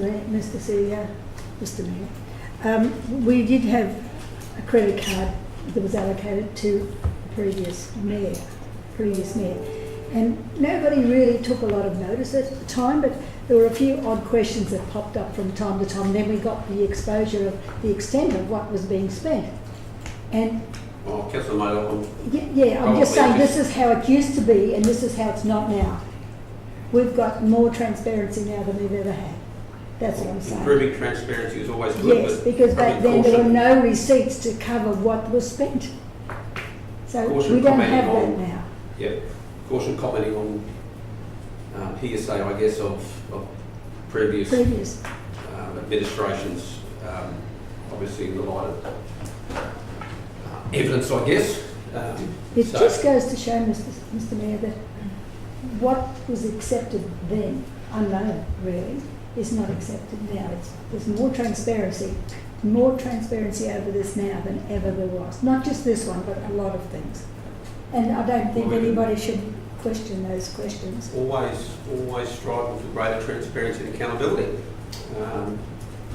Very much so. Any No further further questions? questions or? Well done, Paula, thank you. No?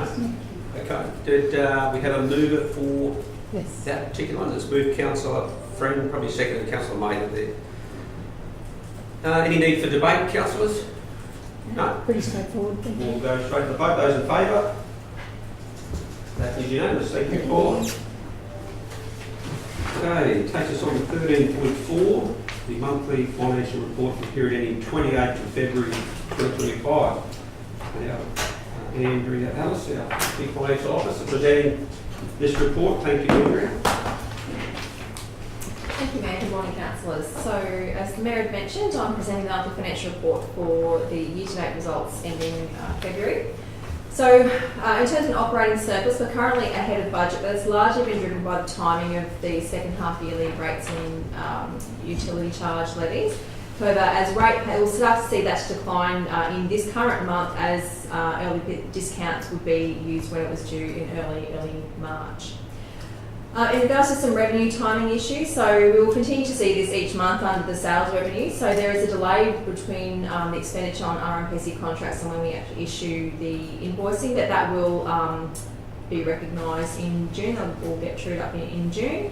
But it does also include works progressing, including the Tammy Road footpath project.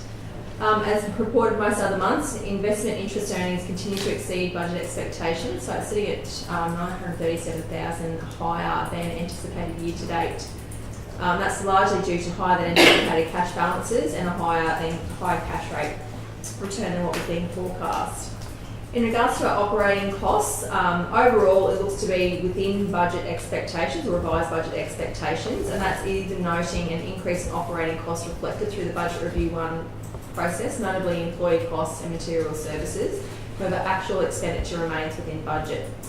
It is important to note that this does include over $17 million of operating purchase order committals, and we'll see those being transitioned, realised in actual costs as the months progress to end of June. Looking at our assets, so the things that we own versus our liabilities, things that we owe, our cash balance has increased by just over $13 million as we were receiving payments for rates and water notices during the month of February. Conversely, receivables are down, so as people pay those bills that are due to council, the accounts receivable, the money owed to council will reduce. And it's important to note that the value of the outstanding rates and charges are very similar with the past two previous years. So the first 6 months of the year, there was a bit of a timing difference because we issued later, however that's now back on track with previous year's timing. In regards to debt management, the number of assessments under management are lower than the same period last year, and that's mainly due to internal resourcing constraints. So we've had a couple of people short in the revenue team, so we haven't been able to progress some of that activity as much as we would like. In regards to our spend with local businesses, the year-to-date expenditure within businesses within the Shire is just over $10.5 million. It is falling short of the 30% stretch target for the financial year, but it's also important to note that our systems and business processes don't actually capture the spend that some of our larger contractors are actually spending with local businesses.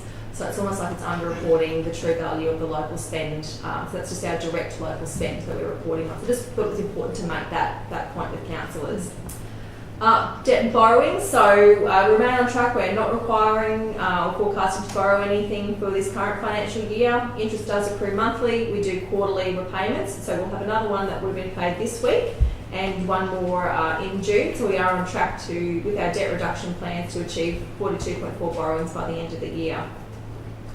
Looking at the capital revenue and expenditure side, so it's really encouraging to see that infrastructure charges are about $200,000 above year-to-date budget, so that's really pleasing.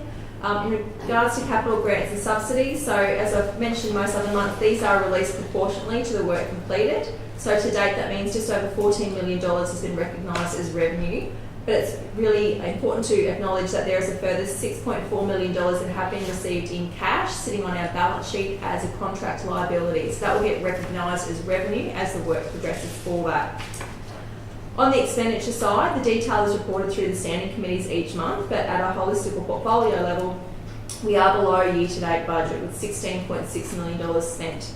However, we have $42.4 million in contracts, so in purchase orders that have been raised for those projects. That's 2.5 times our spend. A lot of that is for works that are in progress now or about to be commenced, and will be reflective of work that's not only going to be undertaken this current financial year, but the subsequent financial year as well. So the team have really got in good practice that forward planning on those particular works. Out of all of that, we've been talking at length with the accounting team around what we need to do to undertake a further budget review. So there are a few material variances that are popping up, both on the operating side of things as well as the capital. So we'll be looking to present that back to councillors during one of the budget workshops in May and present for adoption as part of the suite of things we adopted through the budget process in early June. That's my summary, councillors, but I am, as always, happy to take any questions you might have. Thank you very much. Ian, questions? It looks like Councillor Watson, you've got in first. Oh, no, it's good, isn't it? What? Just a question. Andrew, I was looking at the rural road maintenance and we're less than 50%. Have we any idea of what won't be completed within the financial year? And could we have a list of that? Is there anything like that we can do? Just to get an idea of what we won't be able to get to. Yeah, so normally, and I'm sure Michael will add the detail to this, but normally there's a bit of a lower activity through the months of December, January, February, not only because of employees going on shutdown leave, but because of weather events. So Jeff would program and plan for that. So what we usually see is an increase in expenditure as the months dry out and we progress through to June. But if there's any other observations that Michael has, I would suggest that GM Infrastructure contribute those. I'll talk to Michael later. Is that satisfied? Yeah, thanks. Councillor Watson. Yep. Yes, Councillor Friend. Thank you, Mr Mayor. Appreciate that. Thanks, Andrea. I really appreciate this monthly report as always. I have 3 questions. The first question is a double question. So on page 83, which is page 83 of the report, as of the 28th of February, Council had $148.01 million in cash reserves. How much of this is restricted? First half of the question. And is it possible out of this cash to pay out all borrowings of $45.86 million and end up with a clean slate in order to borrow again? It's just I know it's a bit pie in the sky question, but I just wanted to find out, is it possible to end up with a clean slate and how much is restricted? Yeah, so if you just looked at the bottom of that particular statement, there is some explanatory notes around cash and cash equivalents. So of the $148 million, there is 35... Sorry, where are you reading from there? Because it's like It's on page 83, I think. 83? 83. On page 84, there's areas to note cash and cash equivalents, receivables, other assets. Is that the area? Yeah. So there should be some commentary in there around the total value of our externally restricted cash at the end of February, which is just over $34 million, I believe. Or $35.39 million are externally restricted at the end of February. So, yeah, is it possible to pay out complete loans just to start a clean slate? Because obviously coming up in the near future we'll be starting to borrow again for infrastructure that's intergenerational, and just wondering how prudent that is. So a couple of points to note there. Anything is possible with the loan borrowings, and we have in the past paid out a loan. There are some risks attached to that depending on where the interest rate is. So if the interest rate is higher than our book rate, you actually need to pay that market value difference on that. So I don't know what the exact QTC borrowing rate is at the moment, but we can explore those options. It's also important to acknowledge that at the time of the borrowings, they would have been for the same reason to that intergenerational equity, that the cost of those assets are borne over a period of time, no greater than 20 years. So we can look at and explore all of those. The current long-term financial forecast does not have any new borrowings included in it. So we actually do have capacity, even now, to take on new borrowings. Okay. But will we be discussing this further in budget deliberations in relation to paying out borrowings? So I have had previous conversations with QTC, so it's probably not the right time for council to be doing that based on what the market value is. So we'll be paying a premium for that for of no real benefit. No. We also have access to a working capital facility, and we have had since 2018, and we've not needed to use that short-term borrowing. So we've actually done a really good piece of work over the past few years in regards to our sustainability, financial sustainability metrics on looking at our cash and loan balances. That's starting to pay dividends for us. Sure, thank you. Just two more questions briefly. I always say briefly and they tend to go on, my apologies. So my next question is that materials and services are under budget expectations by $5.45 million. Is this because it's difficult to source materials and services? So part of it is that we don't do full accrual accounting on a monthly basis for our purchase orders. So the February costs are likely to not include some actual costs for things that we've received in the month of February, because we'll be paying for it in March. There is that timing difference, however it is reflected in the purchase order committals. I'm not hearing from the purchasing team that it's difficult to source materials and supplies, so there's a couple of things that we just need to be mindful of. It could be a timing difference, so when people are anticipating these budgets, it could be they just allocate in 1/12 proportions on a monthly allocation, so it might not be reflective of the true spend. So we don't spend in equal instalments every single month, unless they're things like our insurance premium, those sorts of things. Sure. There are some operational projects that are behind schedule, and these are the things that are we're becoming aware of, and that are driving the need for a further budget review before the end of June. Okay, last question, thank you. And you talked about timing difference, so the year-to-date variance mainly due to a timing difference between the issue of road maintenance claims invoices and the budget timing of the revenue.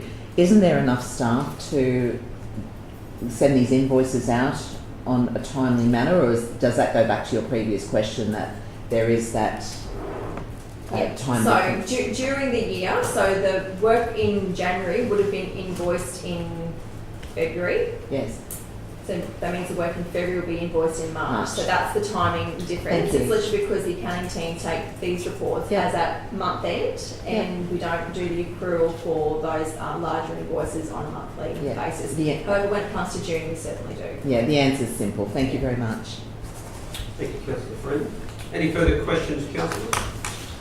No, Mr Chair, my question initially was same as Councillor Watson's, because we'd only spent half the money, and we spent half the money, we're only a quarter into the second section. That's in relation to the operation. Yeah, I think the weather has had some influence on this one. And every time I think the gang's going to be out there, it rains, and I think, oh, there's another, put it off for another 3 or 4 days. So that's where a lot of that would come in. But through you to Michael, Mr Chairman, if we look like, where's Michael? If we look like still being underspent as we get through to the end of the financial year, is there a chance we could pull somebody else on board to help us clean up the matters that haven't been addressed? Yeah, there is. Because there are some overdue.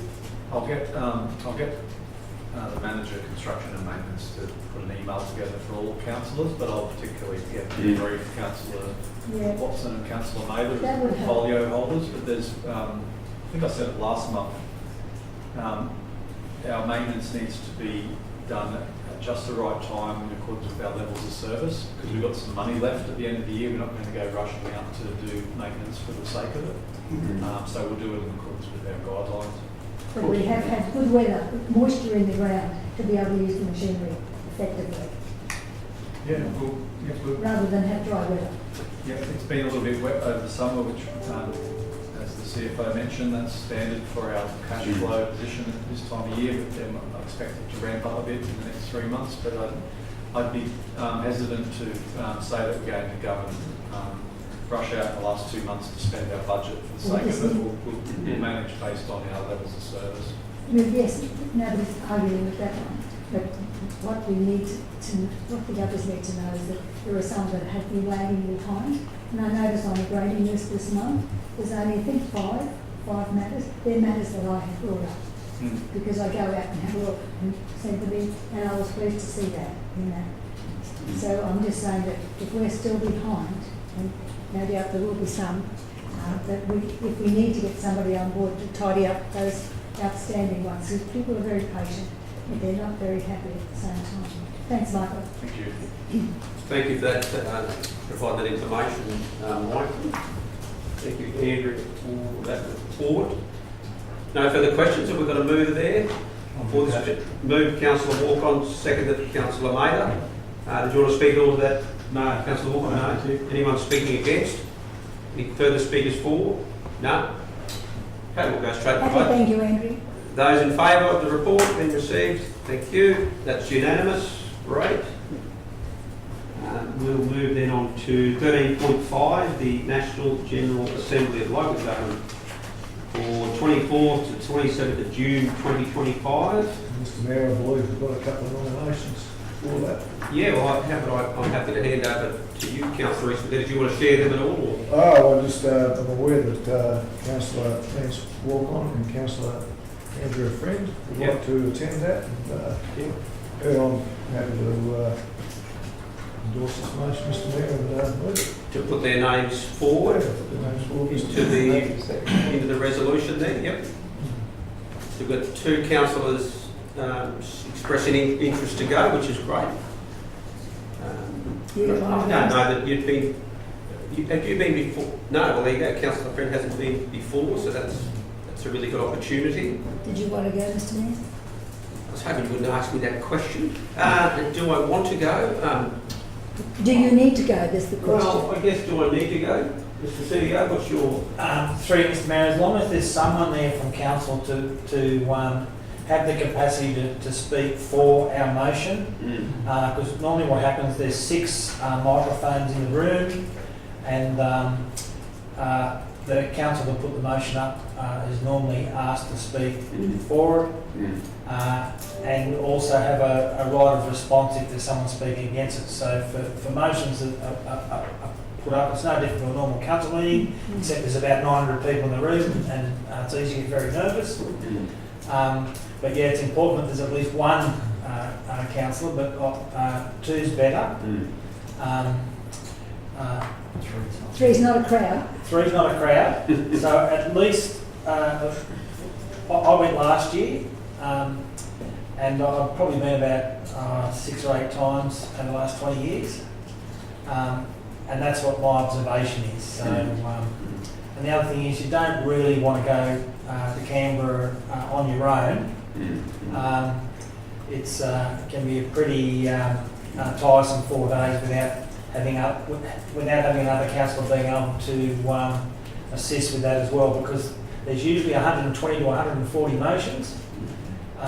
You've got to really be on your game, because they won't only be the ones that you'll be speaking to, or this one that you may wish to speak to that's put up by Livingstone. There'll be ones that you don't want that you'll be speaking against put up by the other 525 potential councillors that would attend. Can I just say, when I went a couple of years ago, there was 166 motions, and they got to about 110, and then decided that the committee would take care of the rest of them. I remember Andy and I walking out quite cranky because a lot of the stuff that we should have been allowed to talk about was unavailable to the rest of the people sitting in the hall. So what was the outcome through you, Mr. Mayor? Was the outcome positive or negative for those outstanding motions? No one ever heard.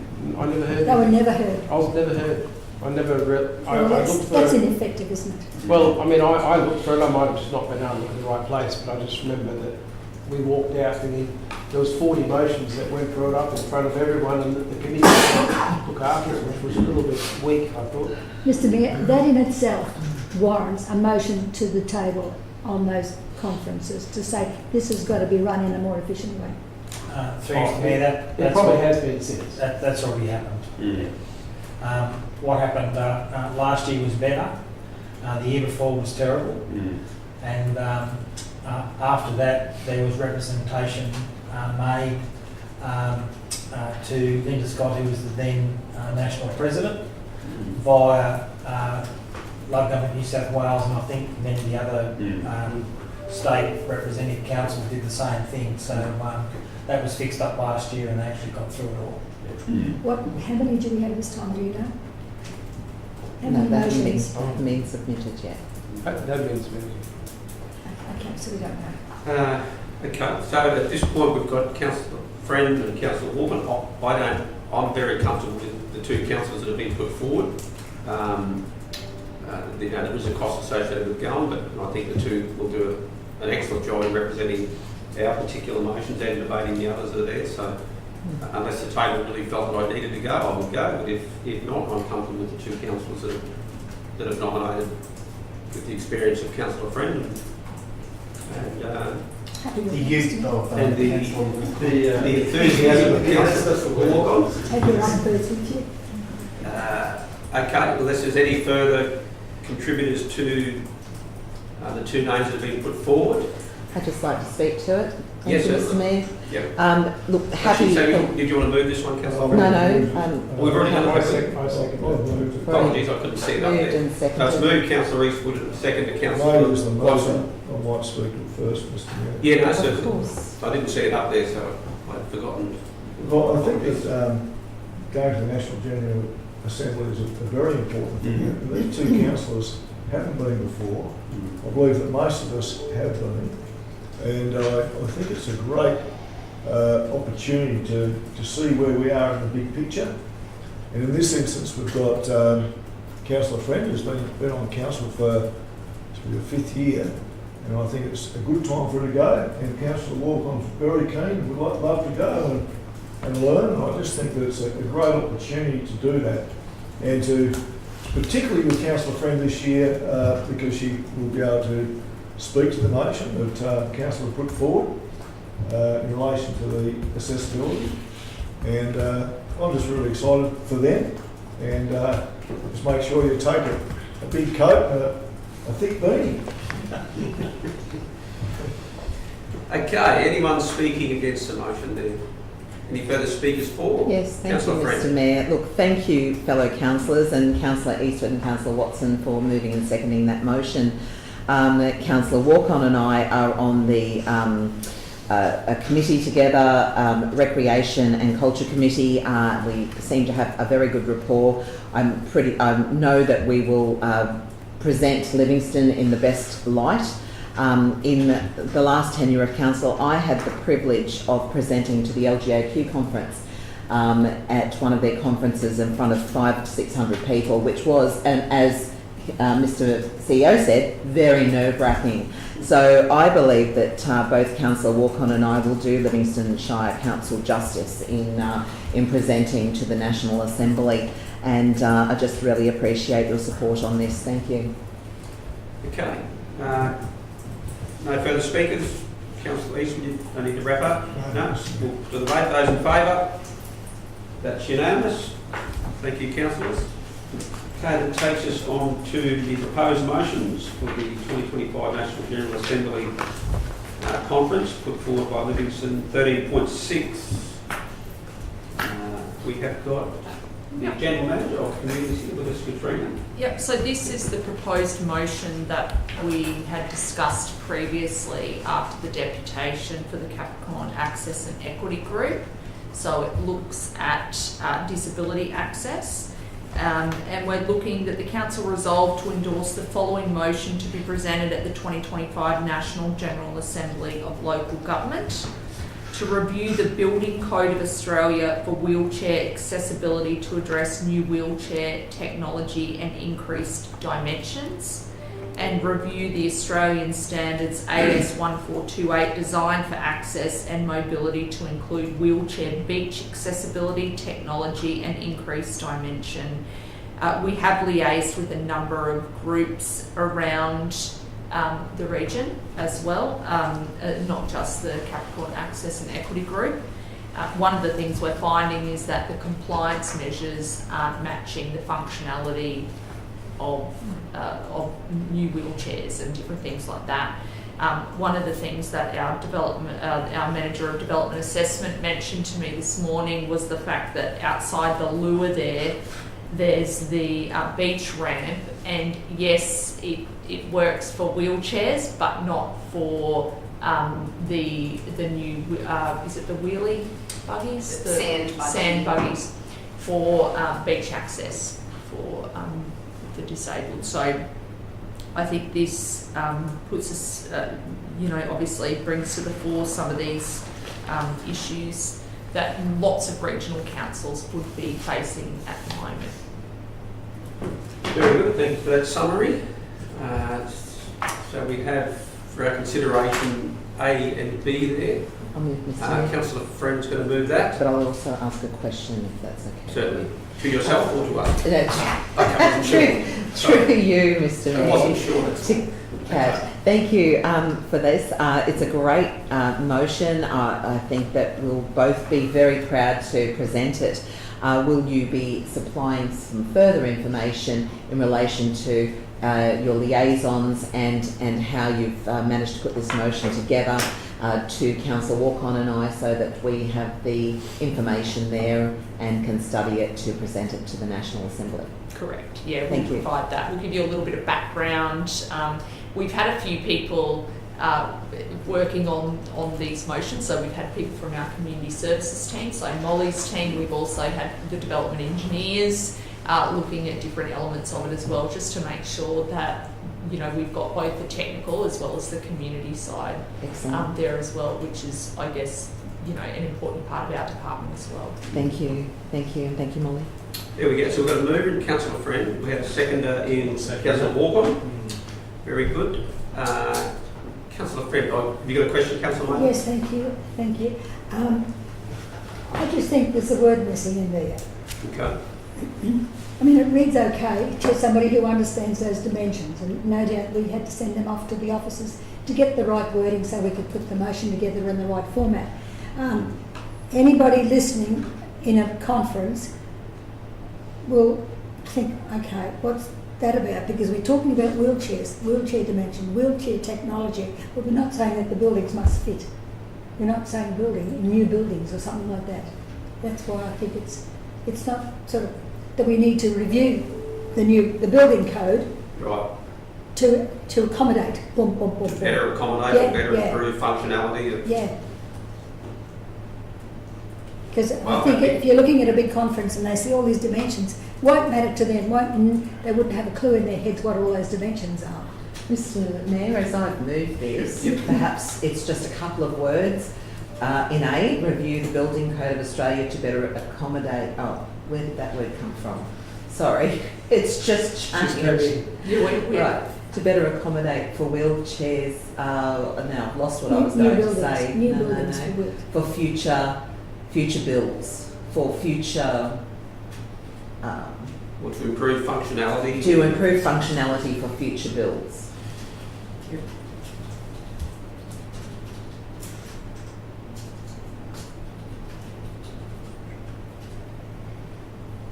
So Lucy, if you take it out to better accommodate, so it does, you take that out. To improve functionality for future builds, yes. If that helps. Yes. Yeah, that's really what it's needed, because we're focusing on the dimensions. Missing, review the building code structure. Or is it regards to wheelchair accessibility? Yeah, with regards to. Yeah. Yeah. Does that capture that, councillor Maynard? Yeah, I think so, because we're talking about All good, the Carl? building code, we're talking All good. about, We allow one of them a year, so you're laughing. Mr Mayor, we're talking about amending the building code for the buildings to accommodate these people. Yes. It's not all about the dimensions of the wheelchair, because people wouldn't have a clue what that means. Because Right. we're not sort of adding A to B, that's what I'm saying. Mm. I mean, I wouldn't in a conference. Okay. Okay, sounds like we've been... We just want to make it easy for our officers, our Right. councillors. So the mover there, councillor Friend, you're comfortable with that? Yes, not? thank you, Mr Mayor. Okay. We'll open that to debate. Anyone speaking either for? Don't need to speak to it any Right. further. It's very self-explanatory. Thank you, Mr Mayor. Very good. Any further speakers? Councillor Walker, do you want to speak to all of that? Thanks. Okay, we shall put that to the vote. Those in favour? That is unanimous. Thank you, councillors. Thank you, Katrina. Moving on to 13.7, tenure agreement for the Marlborough Agricultural Show Society. We've got a report there. Carl Mr Mayor, and Laurie. before we go in there, Yes. I don't know whether it is a conflict of interest for me, but I did realise that Durham was mentioned in here in the Ilua agreement for the block of land. It's in question. It may or may not be a conflict of interest, but I just thought I'd just make sure. Okay. Do you feel it's a conflict of the don't- interest? I guess recognising there may well be an interest, but is it interest that triggers conflict that would preclude you from? I don't think so. I didn't think that it would, but I just wanted to make sure I think that's from the table to make sure that there isn't any. Because it's a Ilua, it aligns, it's under the engagement and consultation. The Ilua alongside with the Shire and Rocky Regional Council. Okay. That's, I appreciate you raising that. I think that's always the sensible thing to do, and it's a good example for us all to follow. So, councillors, Councillor Walcon's raised it as a potential concern. You've either got the option of staying put in it or... I would prefer to stay put because I don't think that does have a conflict of interest, but I do want to ask the table to make sure for the safety of myself. Yeah. A question through you, Mr Mayor, to the officers. Where in this tenure agreement does this particular LUA sit, and does it make any difference to the tenure agreement? If there was no ILUA, would there be any difference? No, I'd say there wouldn't be any difference, no. That statement is just that the ILUA exists, that was agreed to some time ago, and just saying that, yeah, that does cover parts of Marlborough, but whether the ILUA was there or not wouldn't make a difference to whether the tenure was approved. Thank you, Mr Mayor. I don't believe that Councillor Walcon has a conflict. Well, perhaps just for transparent accountability's sake, would it be suitable to vote one way or the other? Those in favour of Councillor Reasonable saying, Councillor Walcon staying in the room to participate? Looks like it was unanimous, so thank you for that. Okay, back to the report. Good morning, councillors. As you may remember, last month Council resolved to issue a tenure to the Marlborough Agriculture Show Society for a portion of Lot 88 Perkins Road, which is the Marlborough Showgrounds. Through the tenure process, it's been discovered that it is quite a strange shape, unusual shape for that portion that the previous tenure was under. It's unclear to officers and both the Marlborough Agriculture Show why only part of the lot was initially leased, as the previous lease was for a 10-year period. There's been further consultation with the group, and there has been a request to tenure the whole lot of Lot 88, which is the whole section of the Marlborough Showgrounds. In order for this to happen, we do require another resolution from Council for the whole lot. Question through you, Mr Mayor. Thank you. I value both of these officers at the table. They do their job thoroughly and they do a wonderful job. However, I just need to clarify something which I couldn't quite, maybe I'm wrong, but what's the difference between this previous resolution in February 18th to this resolution when the wording is exactly the same. Now, I understand one was on partial lot, this is over the whole lot, but the wording was the same. I believe the previous resolution in part 1 was for part of lot 88 Perkins Road, not lot 88 Perkins Road. Yeah, so tiny difference. Okay, thank you. Sorry, just to clarify that, so the original one had... Yeah, so the original resolution for part 1 there was that council apply the exception, etc., over part of lot 88 Perkins Road, and this is for over lot 88, so the entire lot. Okay. Yes, is that satisfying? Yes, thank you. Thank you very much. Just to follow on from that, to the page 139, that map, that's the whole of the map, that's what we're looking at? Yeah, so through the mayor, that was the previous tenure, so as you can see, like... That's the previous one? Yeah. Oh, so which is the whole? So that's over part lot, so that's... So what are we looking at so then today? it's just that other section, so then it's covering the whole lot. Oh, the part that's not highlighted? Yes, yeah. But does that go along that ridge line of the trees? Yes. That's correct. Yes. Is it possible to put it up on the screen? So the map we were looking at is not the one we were approving. This goes around the entrance. So we'll get that up on the screen and get So what clarity we're on approving today is not that map. the footprint that's been That's identified when we previously in this report this time. to the extent of it. Why didn't they put over?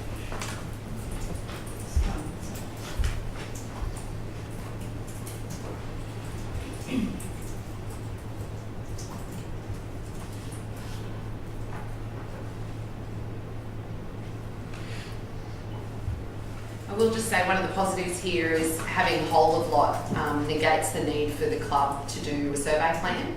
So it saves them a chunk of money as well because the club's responsible for a survey plan if required. So if we're having part of a lot, you need to survey that officially to designate.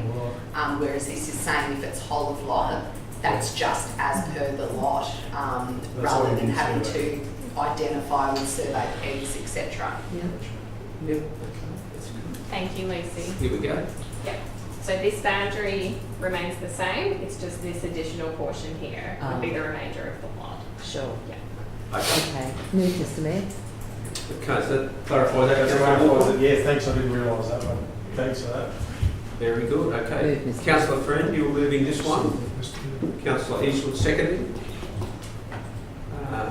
Do you want to speak at all to that, Councillor Friend? Mr Mayor, the Marlborough Agricultural Society do an amazing, or Show Association, and Corporation do an amazing job with a very few people. They have successful shows every year and they maintain the quality of their shows on a yearly basis. And also I'd like to mention the help of the Marlborough Lions Club that help out with the catering and food at these shows.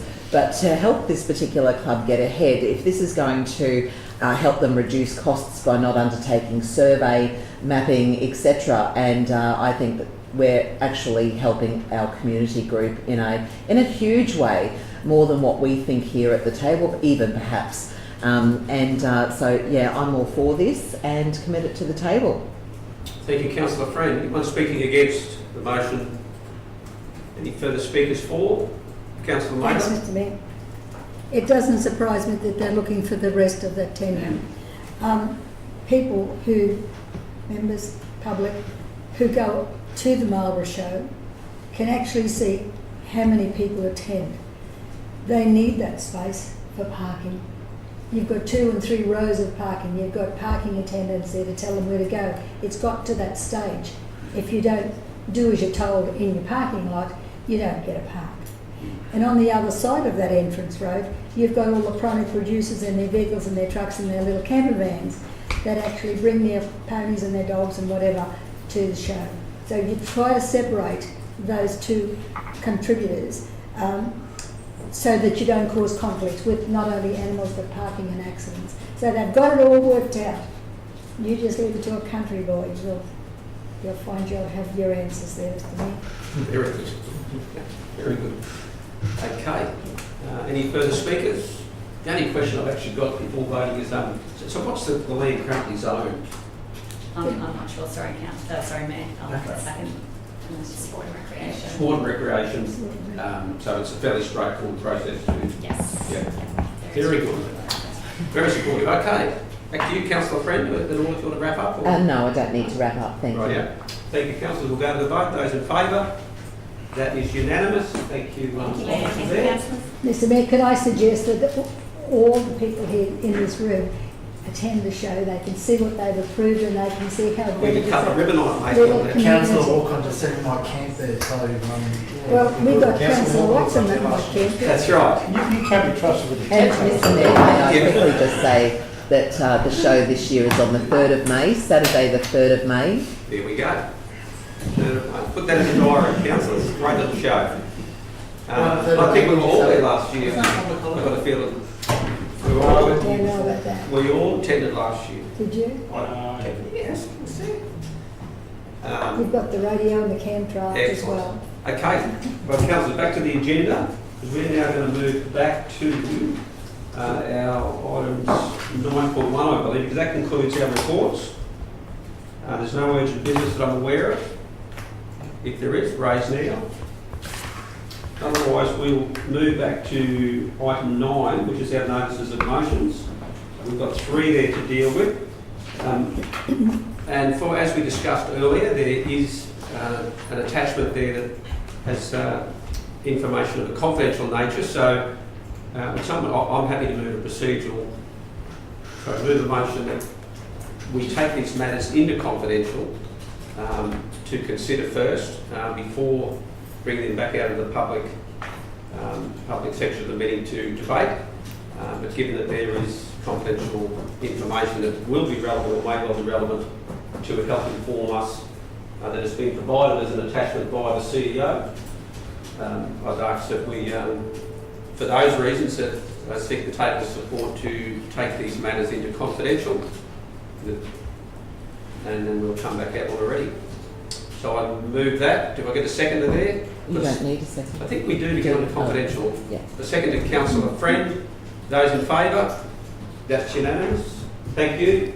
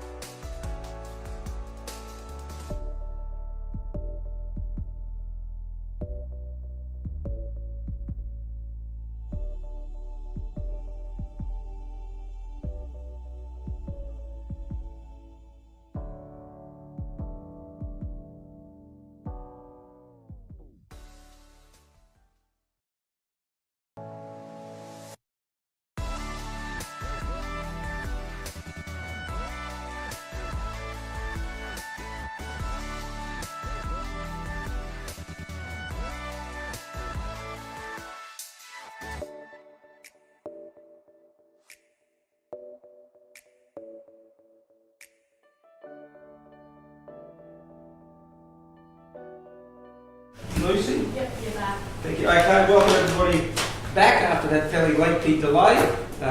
Thank you for your patience. We've got a few items to deal with that have been required to be in the confidential section. We will now determine them in the open session, and the first of those is a notice of motion, I believe. I've got that correct from Councillor Maida, relating to item number 9.1. I do believe that you're okay with that, Councillor Maida? Yes. Would you like to move that motion? Thanks, Or what's Mr. your Chairman. course of action there? I'll read it out. What do you want me to say in relation to the blank? To the which side? The blank, ratepayer. His name's been deleted. Ratepayers. Other ratepayer. Request by a ratepayer Seeking an extension of time for council to complete a review of his animal-related matter, thus completing the council's formal process, be approved. Okay, that's the motion you're moving, and that's consistent with what's on the screen there, Councillor Maida? Yes. Okay, so that's been moved by Councillor Maida. Do we have a seconder for that motion? I'm prepared to second that motion out of respect for the mover to allow for debate. So I'll move that. Now it's over to you, Councillor Maida. Thank you, Mr. Mayor. Thank you for seconding that, which will allow me to speak. I'm not delving into any details in relation to the animal matter because I haven't been a part of it.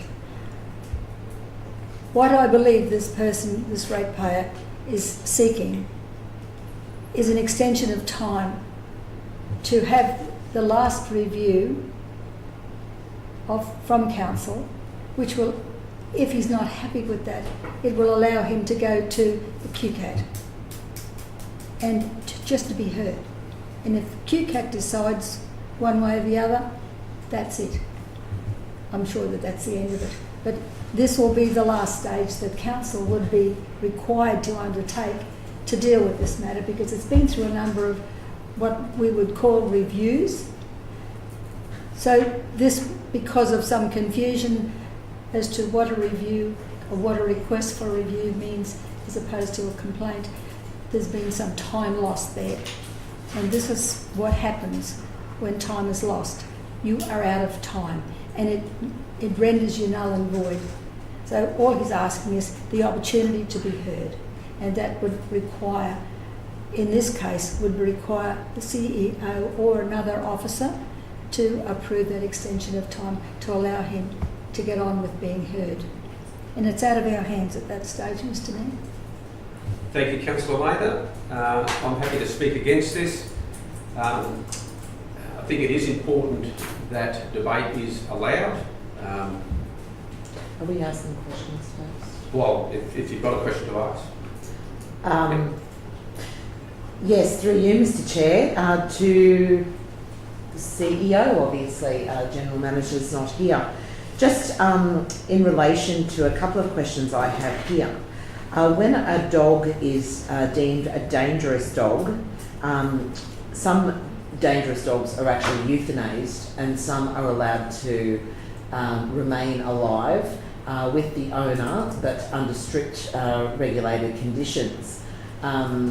And I just want to find out through the CEO why is this the case when some animals are euthanased and some are not? Through you, Mr. Mayor, if the council gives me 2 minutes, I'll go and grab the General Manager. Well, look, probably the only thing I'd like to raise though is the motion itself only identifies an animal-related matter. This is really talking about whether an extension of time can be granted for that animal-related matter rather than the particulars of the matter. Yes. Yeah, So okay. I probably appreciate if we just kept to the specifics of the motion, what it's asking for. Mr. Chair, I get that. However, it's all in the report in open. It's all in the report My apologies. on the website for public to read. So what the I'm particulars are in asking, the report. the particulars, no names are mentioned. Yep. And originally we went into confidential because names were being mentioned. Right. However, my questions relate to what is in the open forum. My apologies there, Councillor Freeman. So, Nat is here. Do you want to take a seat? No, the best person to answer that question. Okay. So, thank you, through you, Mr. Chair. Nat, I've just asked Mr. CEO a question in relation to if a dog is deemed dangerous, and all of this information regarding my questions is in the open report, which is found on our website. Why are some dogs then euthanased if they're deemed dangerous, and some dogs are allowed to live, but then they're regulated under dangerous dogs? Yeah, so through the chair, obviously depending on the circumstances. Yes. So I guess putting on the spot, because sometimes the dogs or the attack that happens is very significant, yes. And the owner hasn't provided the ability to look after the dog in the way that is required to be looked after, as in having the right enclosures, so on and so forth, and complying with the requirements. That would be when we might think about euthanasing the animal. But most of the time that they are able to house the animal, have the appropriate enclosure, signs, tags, identify all those sorts of things. So depending a little bit on the circumstances. Thank you. And my other question was in relation to the report that was submitted in the open forum online. How many times have officers dealt with this particular incident? So as I mentioned today, Councillor Friend, we've probably met about this between 5 and 10 occasions, going through all of the different material that we had, depending on at what stage of the investigation we were at. We've had several officers, up to 5, look at that, including the first officer that attended the inspection or the complaint.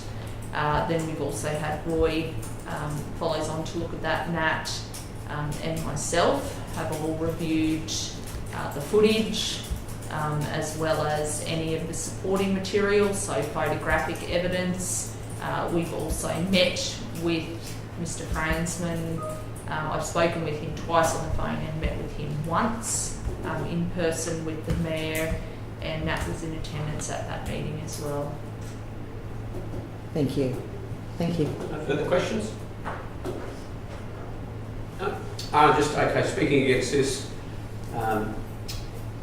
I have confidence in the officers under the lead of the General Manager throughout this process, and to extend a further extension of time for a matter that is quite serious in nature, based on the evidence that they have made their decisions on. I'm not prepared to support an extension of time on that, and therefore won't be supporting the motion. Any further speakers for? Any further speakers against? I'll speak against it, Mr. Mayor. Go. Thank you. Yeah, I'll speak against it.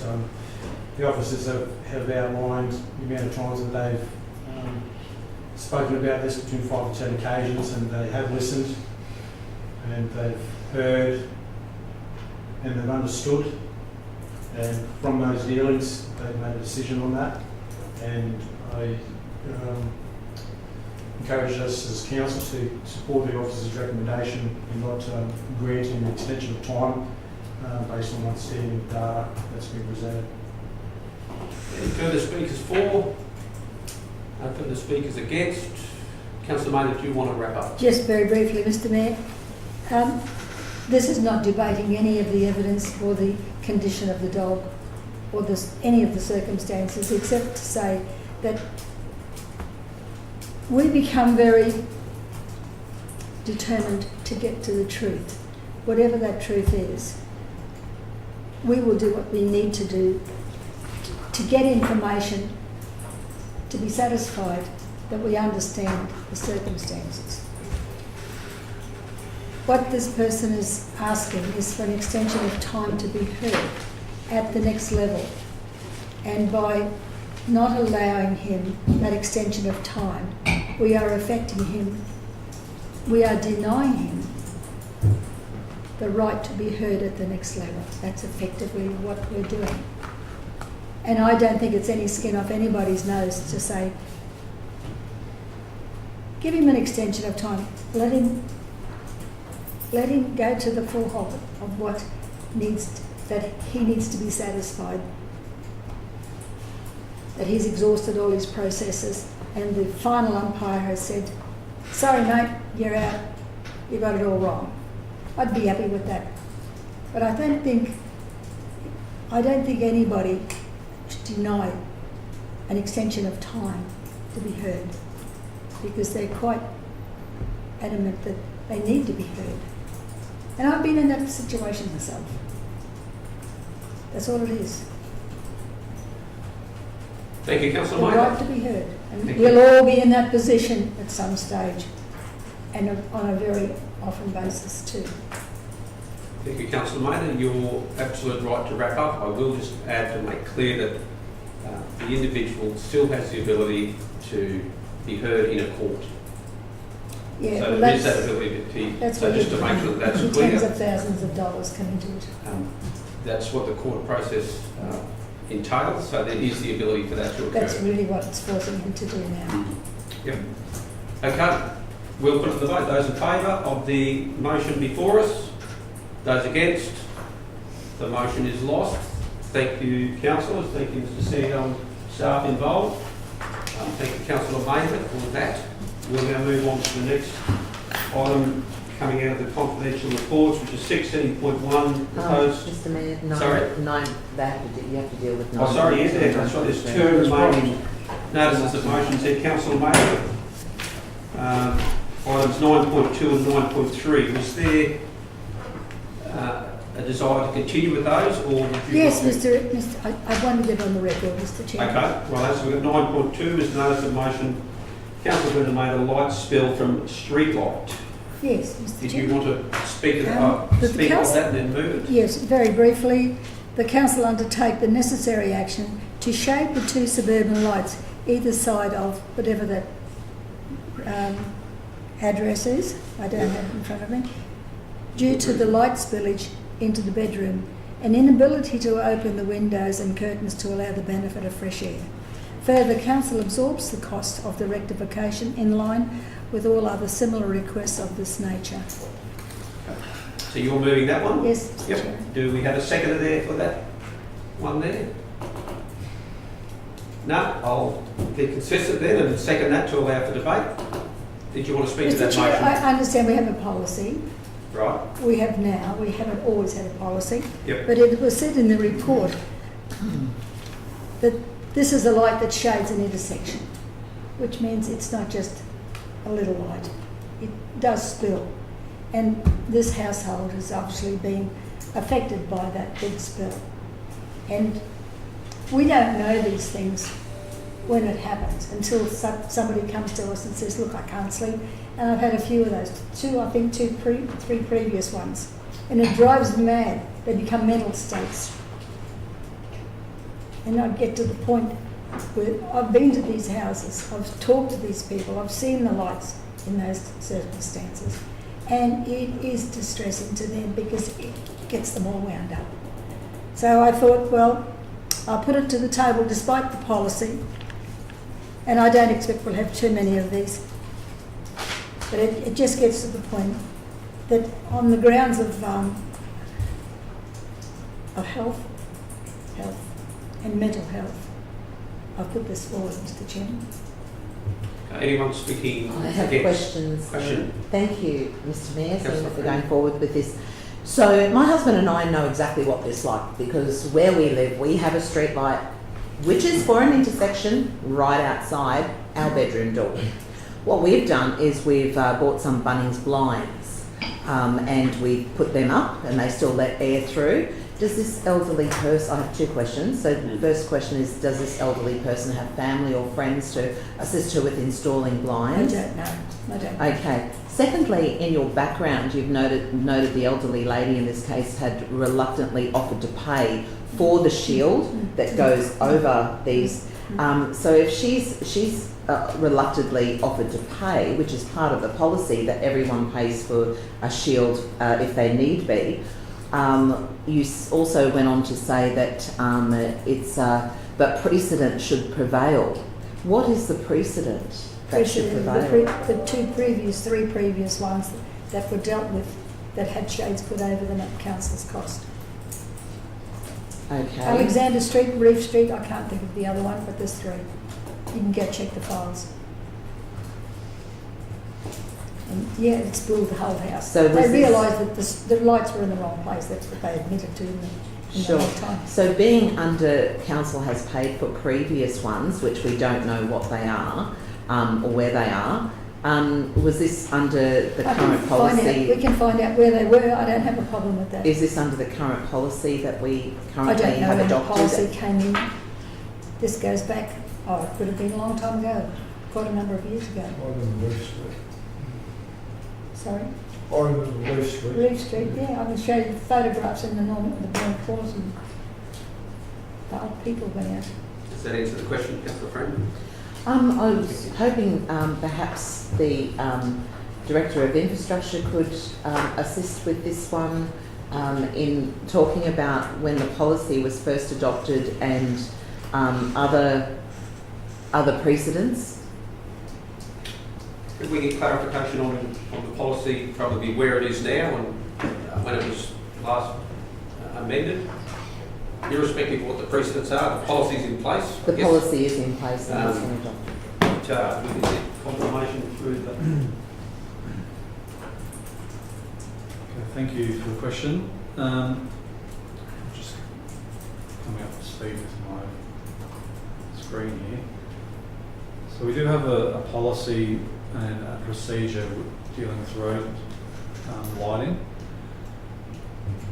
Originally, the policy, version 1 of the policy was adopted by council, approved in May 2014. It's basically straight after deamalgamation. There's been 5 versions updated of the policy and procedures. I've had a look back through just over the last 4 years. So in September 2021, version 3 of the policy and the procedure were updated and approved by council in the ordinary meeting in September 2021. And then in December 2021, there was a change of philosophy with respect to our policies in council. So we have a road-related management and functions policy, which is our head of power policy. And that version 1 was adopted in December 2021. And then this road lighting policy reverted back to a procedure underneath the head of power policy in December 2021. And that was approved by council. And then in July 2023, version 5 of this procedure was updated and approved by myself because I've got delegation to update procedures from time to time. So I went back through the section 5.6 of the old policy, and the new procedure relates to requests for glare control. Yep. And that was first, I went back to September 2021, and in version 3 there was a section in there which is the same as the section now. So it hasn't changed in the little time that I had just to research back for the last 4 years. I don't know, I've only been here since July 2020, so I'm not aware of the previous cases in If I could just, Mr. Crimmins, in the absence of time, they could just confirm what does the latest policy, consistent with the earlier policy, say about if a resident would like to reduce the impact of the glare from the light, what options do they have currently? So there's 2 parts. If glare control is considered where lighting exceeds the requirements of the Australian standard, and that would be installed at council's cost. Yep. I doubt there'd be very many cases where we would install a street light that exceeds the Australian standard for lighting requirements. But that is, if that happens, then that would be on council to pay for the glare control. And the second part of this policy and procedure is council may approve installation of glare control at the landowner's expense to address excessive lighting nuisance caused to residents, and that would be, in this case, their cost, and we provided the quotes previously. Okay. Has anyone determined with this particular matter which category it would fall into? So previously we've looked into it. I think the notes are summaries in the officer's commentary. Yep. We've been back to the resident, and we've been back to both Councillor Watson and Councillor Mather, indicating that it's within the current Australian standard lighting, so it'd be the type 2 where it would be the property owners. So that's been determined and so we've conveyed to the councillors and the resident, and that's when the resident, I think at the time, was willing to pay the fee for us to for council to install the glare control, but then they obviously had second thoughts and pulled out of that opportunity. She's an inbird pension. Okay, well, thank you for clarifying that. Is there any further questions or debate? Or I've just got a couple of questions. Yes. Do we know what was built first? Was it the house and then the street light, or was it the street light and the house? I would say the street lights would be built first with the subdivision. Yep, so the street light was put in and then the house was put in after that? Yeah, that's what I would say, yeah. Okay, thank you. Further from that, I don't know whether you know this, to Councillor, what's your last name? Been a long day, Just goes to show these young pups can't handle it. Do we know what she does when there's, moon's right, full moon? She closes the door, closes the window. You've got to She close closes the the window, window? yeah, because it blows the curtains over. Sorry? Closes the windows because it blows the curtains over. The moon? You The can moon pull does? the The moon, a full what does it moon. mean? Oh, I don't know. I haven't been around for a full moon. Okay, all right. Uncertain there. Any further questions? No. Councillor Eastwood, did you? Oh, no, I was just... Did you want to speak? Did you want to speak? Against. Okay, you got the floor. Well, at the floor, have I? Yep. Thank you, Mr. Mayor. It's just interesting. I've just spent the weekend in Bristol, and it was my daughter's birthday party yesterday, or birthday, and Yours? one of the presents that we gave my daughter was a Bilby lockout blind. So I think they're made for children, but they do an excellent job because my daughter has a street light going into their bedroom window, and it had been a nuisance, and she had towels and all sorts of things hanging up there. And so we bought her this blind so that the problem would be no more. And that could be, I know that it will stop the breeze, but I said it will certainly block the light out, as it did, or as it will, my daughter. Okay. I think that that is an option. And the other thing is, you imagine a council like Brisbane City Council, if they had to pay for every single person that had a light shining through their windows, they'd go broke. And we just can't set those sort of precedents. Councillor Eastwood, any further speakers for? Any further speakers against? No, okay, I'm speaking against because I want to make sure that it's identified in that way. The council has a fair policy at the moment, and that's the important thing. Irrespective of what precedents has occurred in the past, you don't repeat necessarily bad precedents. If you disagree with it, you're not compelled to have to follow precedents from a previous administration. There is a fair policy in place. The director has made it very clear if it's outside of the Australian standard, then council will bear the cost. This one has been assessed, it's not. So if the precedents that you would be setting if you did support this motion, for those that are that are inside the Australian standard, comply with the Australian standard, we're still going to pay for it. And that's not something I can support on behalf of the ratepayer. Certainly emphasise with the resident, but our policy is what it is. We either change the policy if we feel it's unfair and unjust, and we basically reflect that we're going to have a blanket, we'll bear the cost whenever there's a complaint about the street lights. So that's not something that I hope that we would support as well. That's my 2 bolts worth. Any further speakers? Councillor May, did you want to wrap Just up? very quickly, Mr Chairman, the officer said that if it exceeds the standards, that is a consideration to be made, okay? Yep. It exceeds the standards. Obviously, this, as it said in the report, is a street light that caters for the intersection. It also, the next one down the road, it caters for that big long curve as well, okay? So serves, those 2 lights serve 2 purposes, particularly purposes. In all of the 3 that I've dealt with previously, I think the other one was George Street, but they all came from Zilsey. That other one I was thinking of, it was shot out twice by somebody, not the complainant. And in the end, the council said, we're not replacing it again. I think Councillor Watson might remember that one. So all I'll say, Mr Chairman, that I did my best for this lady. She's an invalid pensioner, and they don't have money to throw around. But out on the grounds of health and mental health, that's all I've done. Okay, we'll put that to vote. Those in favour? Those against? The motion is lost. Thank you. We've got 9.3, notice of motion, Councillor Vernomator, Jepson's Road.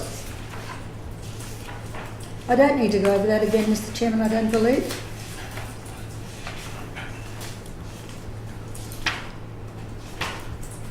Got the recommendation up here, Councillor Maynard on the screen there.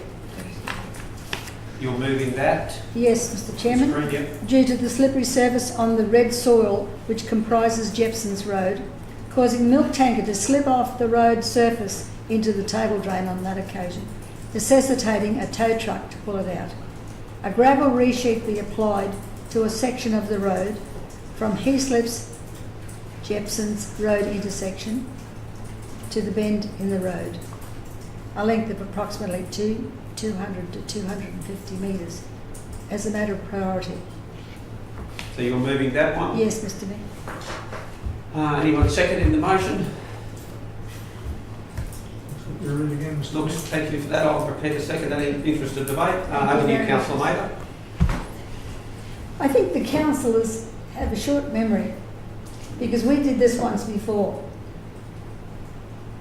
And nobody believes me, see? I'm out there on the roads. Nobody believes what I see. Nobody believes these things happen. Councillor Maynard, But we let it lie on the table. Councillor Maynard, when you say nobody believes you, are you referring to your fellow councillors? Because they've been out there and seen it. Right. And it's So happened again, that's what I'm saying. Please, can I just caution that All right. this inference that nobody believes you is probably, I think it's probably a little bit unfair on the balance of your councillors. Well, we'll see about that when it happens, Mr Mayor. We'll see, because I've raised it before. Nobody believed me then. And no, seriously, and it was lay on the table, and we all did an on-site inspection. We've never done that before because somebody complained about a road. It's because nobody believes those sort of things happen. And they did happen. And this is why I'm trying to prevent it happening again. Because the circumstances are repeating themselves. Simply because all that land in that area, it's all farming land. This is a dairy that it services, only the dairy.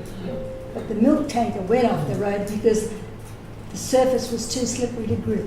There was no gravel, not enough gravel. And I'm not saying that every road, every Class 10 road needs to have a resheet, and that's what the report seemed to indicate. We've got so many Class 10 roads that we can't deal with all these. No, I'm not asking that. We've probably got a handful of roads, Class 10 roads, with a small section that probably could do with a little bit of gravel. Just a small section. I'm not asking for them. But this one has identified itself as a risk to not only the tanker driver, but to, I guess, council too, because it's our road. I don't want that to happen again, because I can imagine having to get a tow truck in at midnight to pull out a milk tanker, not knowing whether the product's going to get to town or the driver was hurt. This is a liability that we have if we don't deal with it. Okay. Got a question. Any questions? Yes? Yeah, thank you. So, Councillor Mather, you said nobody believed you. Well, I was on council with you, along with fellow councillors who all believed you. However, what we laid it on the table for was to get officers out there so they could see for themselves and we could all see. So it's not because we didn't believe you, it's because we wanted the officers there that we could all see the issue. This happened in 2022. The tanker did go off the road in 2022. In 2023, it was unanimously carried to resheet 200 to 250 metres of Jackson's Road, which this was completed. So that was definitely done. So has there been another accident that's happened, or what is the reason for bringing this back to the table? When we do resheets, unless the road is scarified, the new gravel's mixed in with it and it's recompacted, it doesn't have the ability to grip the tyres. What's happened, and I suspect Michael could correct me if I'm wrong, the rain event that we've had earlier this year, it's washed the gravel off and we're back to almost bare base. Sure. Okay, thank you so much for answering that, Councillor. So may I ask the General Manager of Infrastructure a couple of questions? How many premises does this section of the road have along it? From my memory, there's only one property at the end of the There's 500 metre long road. It's the dairy farm. Sure.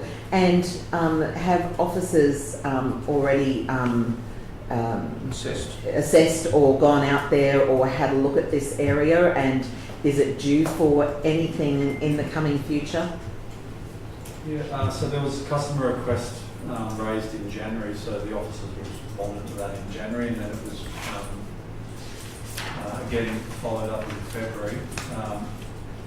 Within the body of the report, we've got, say, a 5 or 6 year program to increase gravel coverage around the lower order roads due to budget constraints.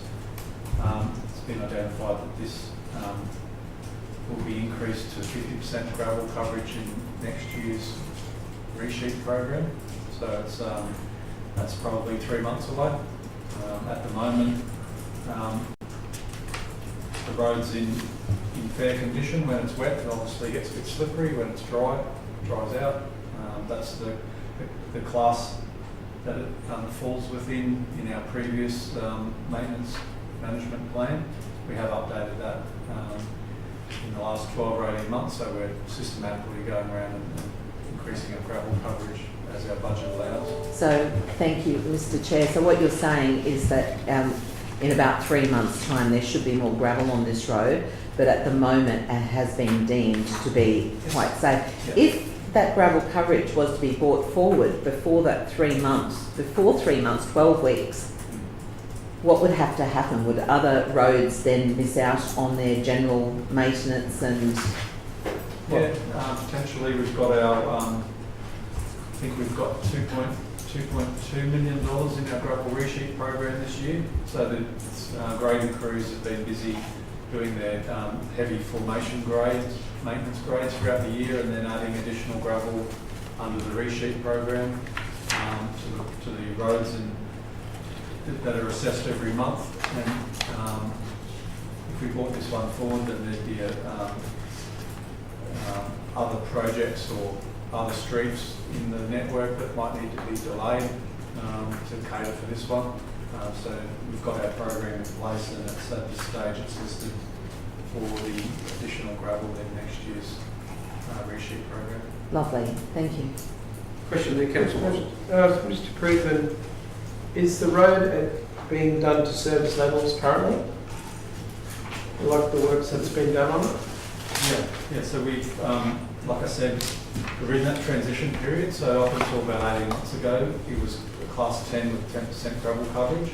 So council's adopted a higher standard in this year's budget, which says in the report, if we hit it in one year, it would cost us $6 million in gravel to bring the road up, all the roads up to the standard. We're doing that over sort of 7 or 8 years. So you say we're increasing it to 50%, was it? Yeah, from 10% gravel coverage to 50% gravel coverage. So the road's 740 metres long. I remember when we were out there looking at the road a couple of years ago that Mr Carter said that if the landholders out there wanted to pay for the gravel, we'd put it down for them. And I know that's asking the resident to look after it, but I know that in businesses I've owned, when I wanted to improve something, I paid for it myself anyway. And this is their job security. The other question is, the truck that picks up the milk, do you know if it's a single trailer or is it B-double or? I don't know. Do you- Tanker, that's all I know, that's all they explain it. I've not seen it. Just asking. Any further questions, councillors? No, just the only one I've got there for the director there is importantly, if the budget's adopted, or when the budget's adopted, you're anticipating that there'll be an increase in the gravel on that particular road in that next year's budget. Next year. Not wanting to dictate which roads are, what would you say, are scheduled to be done throughout that budget year. But would it be asking too much if Jepson's Road was certainly in the earlier part of the budget year than at the end of the budget year, or how do you quantify that? How does the staff quantify that? So we can look at that. There's a couple of different ways. So we have our maintenance management plans, which say Jepson's Road Class 10 generally would have a heavy maintenance grade every 3 years on average. I'd have to, it's earmarked for a heavy maintenance grade next year, and that's why we put the extra gravel on the road while we're there. I'll take it on notice to see what part of the financial year it would be in, but given the interest in it, I don't think it would be unreasonable to push it towards the front end of the financial year. Or certainly, maybe in principle commit to do it before the wet season, for example. In the winter months would be ideal, or Another question. Yes, Mr Freeman, when it's time to do this resheet, could we send a letter to the landholders saying, hey, we're going to be doing this much of the road, if you're interested, it'll cost you this much of the other bit, so it could be all done in one go, to at least give them an idea of the costing? Yeah, Did they have an opportunity if they wanted to? There is some commentary in the report around, because we do have a policy on exactly that. Yep. I think it says in here to supply the additional gravel for the property owner would cost $4,000. So we could easily write to them under the policy and see whether they're willing to have the road go from a 50% gravel coverage to 100% gravel coverage. We would use our equipment to lay the gravel. They would just need to pay to supply the gravel. above and beyond even the proposed increase up to 50%. Yeah, which is a significant improvement. Contribution from the landowner. Okay, so some correspondence could be sent just outlining even the result of today and the information that we now are much more clear on, that next year's, with the approval of next year's budget, 50% increase is to be identified on that road. However, if you wanted even to go higher than that, there is the ability to contribute yourself as well. Okay. Any further questions, councillors? No? Councillor, maybe you've already spoken. You've opened the debate or not? Yes. Okay. Do you want to sum up? Was anyone speaking for or against? No. Did you? I'm speaking against the motion, I guess, on the grounds that I've got to back the CEO. Not got to, but I believe it's important to back the CEO and the executive team to run the operational business of the council. They've given the confidence that this road is identified for a significant increase in the gravel, and certainly we've made it clear that to have that done before the wet season would be really quite important. I do acknowledge though the efforts of Councillor Mather. I think this road will be certainly far better in time, but I recognise if we were to support this, then something else would have to come out, and in the absence of seeing what that is, I'm not prepared to make that decision. So, any further speakers for? No, Councillor Mather, do you want to wrap up? Just quickly, Mr. Chairman. When we say something else will have to come out. We don't consider that something else will have to come out when we're looking at a $1.25 million bill for a block of land for a purpose. These people have been probably farming and at primary producers for the last 50 years. That first episode that they called me on was the first and only time they've ever contacted me in all the time I've been there. They're not in the habit of making complaints, and certainly not frivolous ones. They were fearful of their driver and their produce on that occasion. And so this is why it's happened again, and they're worried that it could happen again. When I put the article in, the notice in, the response was the same as every other road that I could recall, certainly this one. It said it's a class 10 road, it's not at intervention level.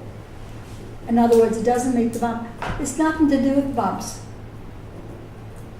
This is a road that can be as hard as nails when it's dry, but when it's wet, it's dynamite. And it's any little bit of moisture on that road that causes the slip. And even the conventional, there's a house there beside the dairy. Even that little vehicle there slips sideways on the road. So I can imagine with a weight on it, it's just as dangerous, more so. So when it rains, even a little bit, that's when the damage is. And we've got rain coming on now, they would have to be fearful. And if we're expected to wait 3 months for something to happen, I'll be living hell in that time, thinking something could eventuate. And we would be liable, because we know about it, we've talked about it. And we've got reports backwards and forwards all this time to say it's not at intervention level. At what stage? I don't want to progress this any longer. The officers assess these things. Has it been brought to the officers' attention? Yes, they've gone out and had a look at it. And they would have seen that it's smooth, except where the rain has come and you've got tyre tracks in there. It does sink into the pavement. And you've got the photos from the second trip that I took out there. So this is a real issue. The evidence is there. If you want evidence, I'll give it to you. It's not a bumpy road, but you can bog and you can slip. It makes it dangerous, it makes us a liability. That's all I need to say, Mr. Mayor. Okay, thank you, Councillor Mather. Those in support? Can I ask another question? You can ask. Councillor Mather's wrapped up. I believe you can ask questions right before. Well, you can. Is it a question that's going to make a difference to the outcome of the debate, or can it wait till after the meeting where we are? Yeah, I read Let's go. This question, Mr. Creedon, is do we have liability if we're doing a road to its service conditions that we have set? No. Short answer, there's Civil Liabilities Act. So if we have a hazard in a road and we know about it, we have a duty to either correct it to reduce the hazard, or we put on our maintenance schedule, and there's a defence in the Civil Liabilities Act where the road authority can say we're doing the best we can within our budget and resources. The road, I was just having a look at some photos. The road, and when it's dry, it's hard. When it's wet, it's a bit boggy. Everyone has to drive to the conditions and drive the appropriate sized vehicle at the right time. But if someone gets bogged, I don't think we'll be liable due to a slippery road hazard. It's a slightly different matter if it was a sealed road to an unsealed road, but unsealed roads change from day to day depending on the weather conditions. People have to drive the conditions. Okay, fair question. Thank you. And I'll certainly value the answer. Okay, we shall put it to the vote. Those in favour? Those against? The motion is lost.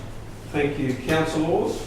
Now, we've got the items still to deal with from the confidential section. If we could have those up on the screen, please.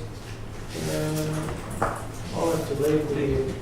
We've also got MD&A here who've been waiting for so we will let them know that we appreciate their patience and we'll try and get through these last three as quickly as we can, councillors.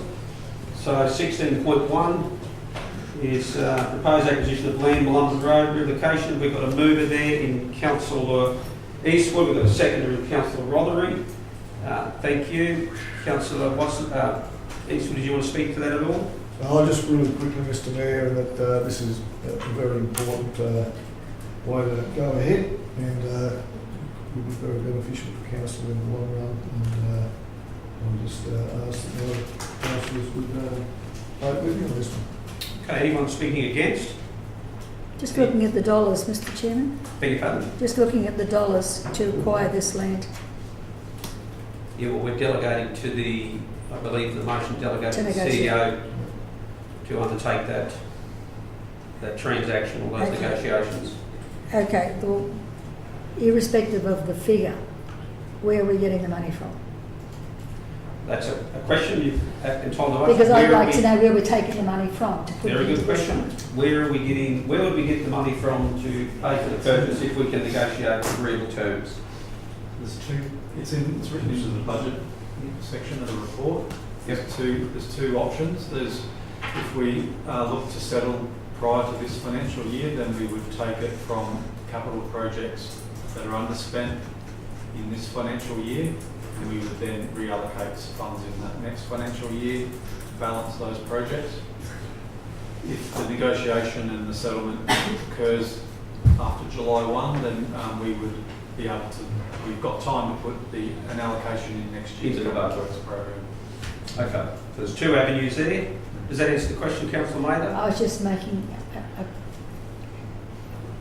putting a simile Oh, to the okay. previous debate. Making a point. Yes. Okay, excellent. Any further questions? No further debate?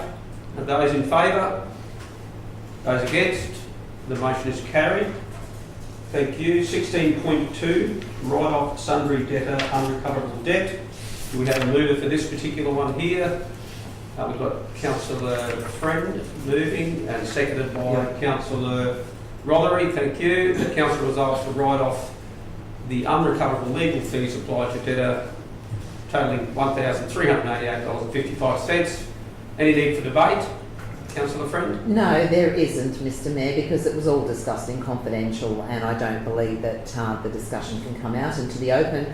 But there is very good reason why we're allowing the $1,388.55 to be written off. Okay, any speakers against? Those in favour?